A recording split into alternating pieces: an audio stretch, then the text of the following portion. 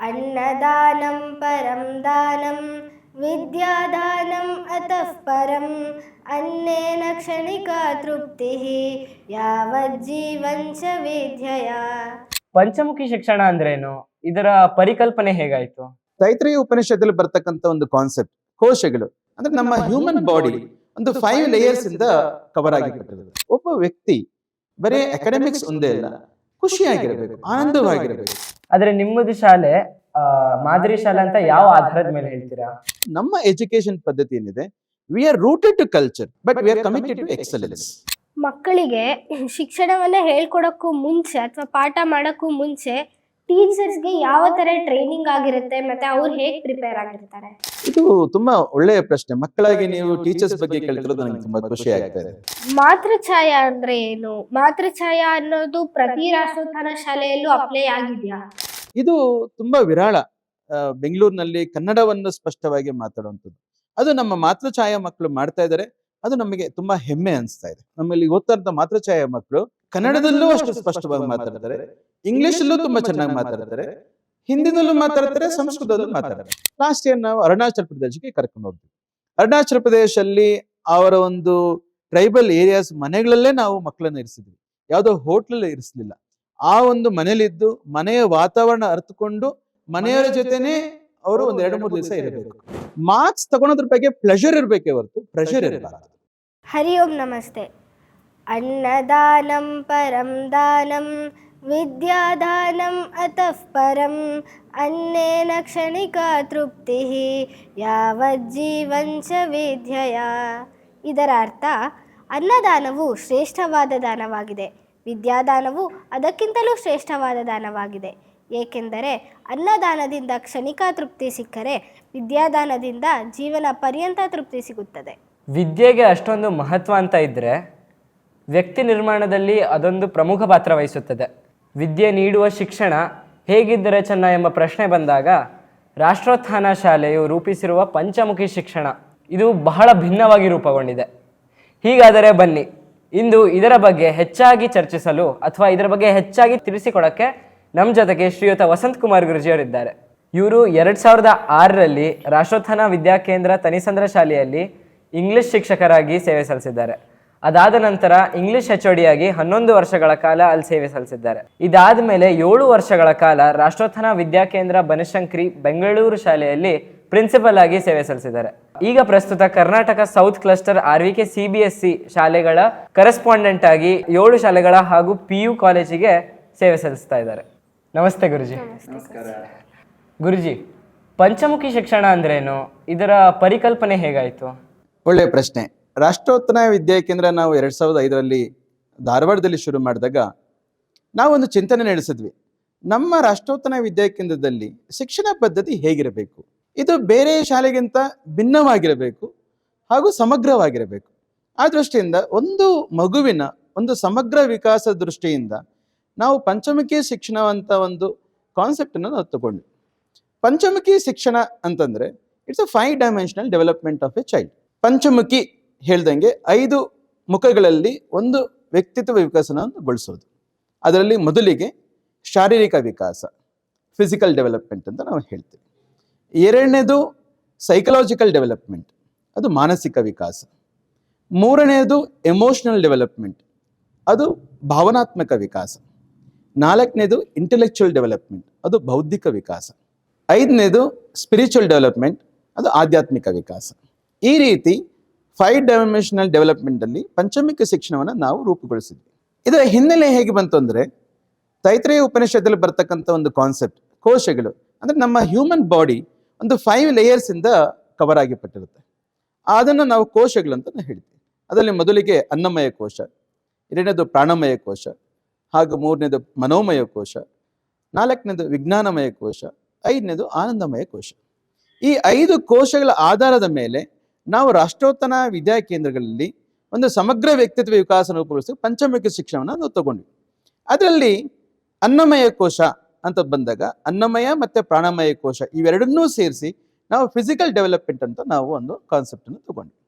ಜೊತೆಯಲ್ಲಿ ಏನು ಅಲ್ಲಿ ಬರ್ತಕ್ಕಂಥ ನೆಕ್ಸ್ಟ್ ಕೋಶ ಅದು ಮನೋಮಯ ಕೋಶ. ಈ ಮನೋಮಯ ಕೋಶದಲ್ಲಿ 2 ಭಾಗ ಬರುತ್ತೆ. ಒಂದು ಮನಸ್ಸು, ಇನ್ನೊಂದು ಬುದ್ಧಿ. ಆ ದೃಷ್ಟಿಯಿಂದ ನಾವು ಅದನ್ನು 2 ಭಾಗಗಳಾಗಿ ವಿಂಗಡಣೆ ಮಾಡಿದ್ವಿ.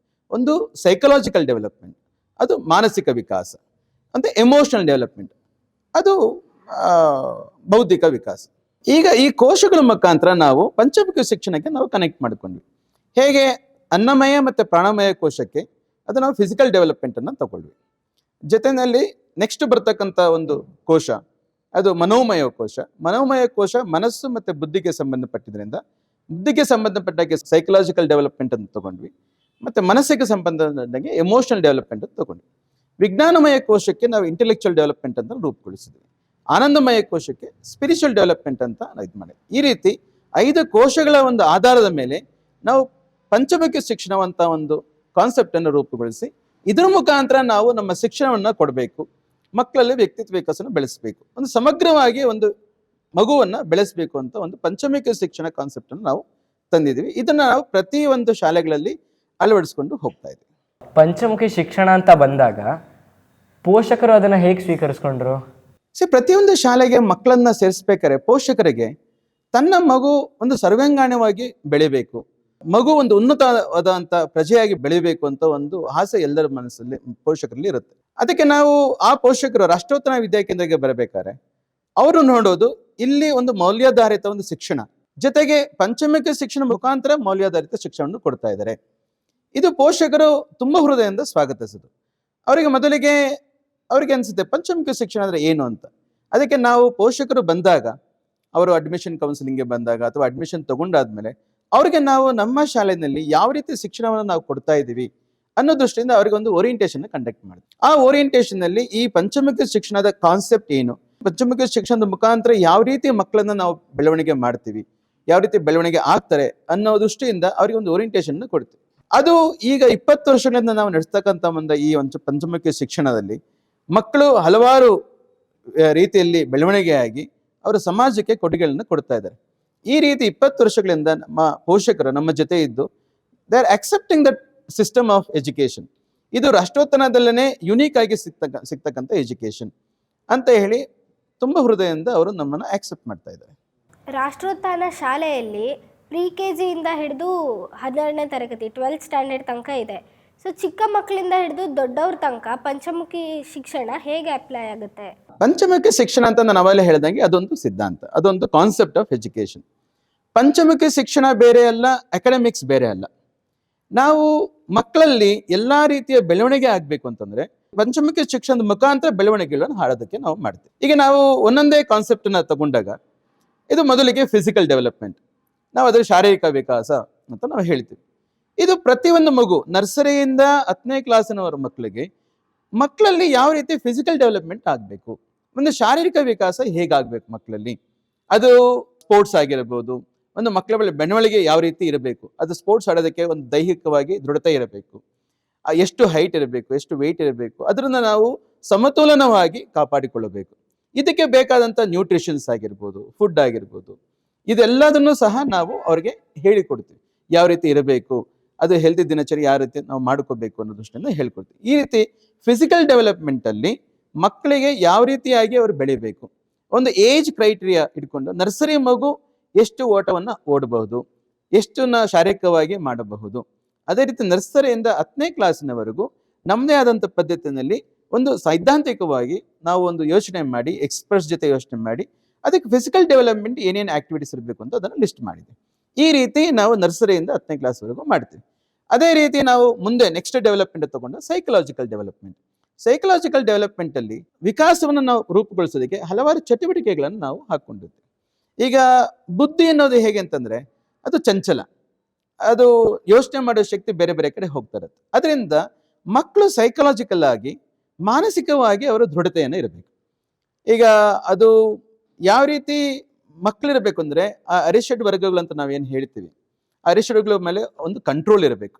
ಮಕ್ಕಳು ಅದಕ್ಕೆ ಬಾನಿಸರಾಗಬಾರ್ದು, ಅದನ್ನು ಓವರ್ಟೇಕ್ ಮಾಡಿ ಒಂದು ಒಳ್ಳೆಯ ವ್ಯಕ್ತಿಯಾಗಿ ರೂಪುಗೊಳಿಸಬೇಕು. ಅದಕ್ಕೆ ಯಮ ನಿಯಮಗಳನ್ನ ಪಾಲನೆ ಮಾಡಬೇಕು, ನಮ್ಮ ಬುದ್ಧಿಯನ್ನೇ ಕಂಟ್ರೋಲ್ ಆಗಿ ಇಟ್ಕೋಬೇಕು. ಬುದ್ಧಿಯನ್ನ ಯಾವ ರೀತಿ ನಾವು ಉಪಯೋಗಿಸ್ಬೇಕು ಅನ್ನೋದು ಅವರಿಗೆ ಸೈಕಲಾಜಿಕಲ್ ಡೆವಲಪ್ಮೆಂಟ್ ಅಲ್ಲಿ ಅವರಿಗೆ ಬರುತ್ತೆ. ಇದಕ್ಕೆ ನಾವು ಹಲವಾರು ಚಟುವಟಿಕೆಗಳನ್ನು ನಾವು ಹಾಕೊಂಡಿದ್ದೀವಿ. ಅದರಲ್ಲಿ ಮಕ್ಕಳಿಗೆ ಪ್ರತಿನಿತ್ಯ ಪ್ರಾರ್ಥನೆ ಆಗಿರ್ಬೋದು, ಪ್ರಾರ್ಥನೆ ಮಾಡಿದಾಗ ಅವರ ಬುದ್ಧಿಯನ್ನು ಅವರ ಕಂಟ್ರೋಲ್ ಇಟ್ಕೊಳೋದು ಅವರಿಗೆ ಬರುತ್ತೆ. ಈ ರೀತಿ ಹಲವಾರು ಚಟುವಟಿಕೆಗಳನ್ನ ಚಟುವಟಿಕೆ ಮುಖಾಂತರ ನಾವು ಮಾಡ್ತಾ ಹೋಗ್ತೀವಿ. ಅದನ್ನು ಬುಕ್ಸ್ ರೀಡಿಂಗ್ ಆಗಿರ್ಬೋದು, ಒಳ್ಳೆಯ ಬುಕ್ಸನ್ನು ಓದಿದಾಗ ನಾವು ಅವರ ಬೌದ್ಧಿಕ ಶಕ್ತಿ ಇದಾಗ್ತಾ ಇರುತ್ತೆ, ಅವರು ಬುದ್ಧಿಯನ್ನು ಹೇಗೆ ಕಂಟ್ರೋಲ್ ಮಾಡ್ಕೋಬೇಕು ಅನ್ನೋ ದೃಷ್ಟಿಯಿಂದ ಅದಕ್ಕಾಗಿ. ಸೊ ಈ ರೀತಿ ಸೈಕಲಾಜಿಕಲ್ ಡೆವಲಪ್ಮೆಂಟಲ್ಲಿ ಅವರ ಒಂದು ಮಾನಸಿಕತೆಯನ್ನು ನಾವು ಕಂಟ್ರೋಲ್ ಮಾಡೋ ದೃಷ್ಟಿಯಿಂದ ನಾವು ಹೇಳಿಕೊಡ್ತೀವಿ. ಇನ್ನು ಮೂರನೇದು ತಗೊಂಡಾಗ ಎಮೋಷನಲ್ ಡೆವಲಪ್ಮೆಂಟ್. ಈಗಿನ ಸಮಾಜದಲ್ಲಿ ಭಾವನೆಗಳ ಕೊರತೆ ಜಾಸ್ತಿ ಆಗ್ತಾ ಇದೆ, ಭಾವನೆಗಳೇ ಇಲ್ದಂಗೆ ಆಗ್ತಾ ಇದೆ. ಅದರಿಂದ ಮಕ್ಕಳಲ್ಲಿ ಭಾವನೆಗಳನ್ನು ರೂಪಿಸ್ಗೊಳಿಸ್ಬೇಕು. ಅದು ಯಾವ ರೀತಿ ಭಾವನೆಗಳು? ಮೊದಲಿಗೆ ತನ್ನಗೆ ತಾನೇ ಭಾವನೆ, ನನ್ನ ಬಗ್ಗೆ ನನಗೆ ಹೇಗೆ ಅನಿಸ್ತಾ ಇದೆ, ಐ ಮೇ ಕಾನ್ಫಿಡೆಂಟ್, ನಾನು ಚೆನ್ನಾಗಿದ್ದೀನ, ನಾನು ಸಮಾಜಕ್ಕೆ ಏನಾದರೂ ಕೊಡಬಲ್ಲೇನಾ ಅನ್ನೋ ಒಂದು ದೃಷ್ಟಿಯಿಂದ ತನ್ನಷ್ಟು ತಾನು ಏನು ಭಾವನೆ ಇರಬೇಕು. ಮತ್ತು ನಮ್ಮ ಫ್ರೆಂಡ್ಸ್ ಜೊತೆ ಆಗಲಿ, ತಮ್ಮ ಪರಸ್ಪರ ಇರತಕ್ಕಂಥವ್ರ ಜೊತೆ ಯಾವ ರೀತಿ ಭಾವನೆಗಳಿರಬೇಕು, ಫ್ಯಾಮಿಲಿ ಜೊತೆ, ಕುಟುಂಬಗಳ ಜೊತೆ ಯಾವ ರೀತಿ ಭಾವನೆಗಳನ್ನು ನಾವು ರೂಪಿಸ್ಕೊಳ್ಬೇಕು. ನಾನು ಮತ್ತು ನನ್ನ ದೇಶ, ನನ್ನ ಸಮಾಜ ಜೊತೆಯಲ್ಲಿ ನಾನು ನನ್ನ ಪ್ರಪಂಚ, ಈ ಭೂಮಿಯಲ್ಲಿ ಹೇಗಿರಬೇಕು, ನನ್ನ ಆಲೋಚನೆ ಹೇಗಿರಬೇಕು ಅಂತಂದರೆ, ನಮ್ಮ ಭಾವನೆಗಳು ಇರಬೇಕಂದ್ರೆ ಎಲ್ಲರೂ ನನ್ನ ಅಣ್ಣ ತಮ್ಮಂದಿರು, ವಸುದೈವ ಕುಟುಂಬ ಅಂತ ನಾವೇನು ಕಾನ್ಸೆಪ್ಟನ್ನು ಹೇಳ್ತೀವಿ, ಮಕ್ಕಳಲ್ಲಿ ಆ ಒಂದು ಎಮೋಷನಲ್ ಡೆವಲಪ್ಮೆಂಟ್ ಆಗಬೇಕು.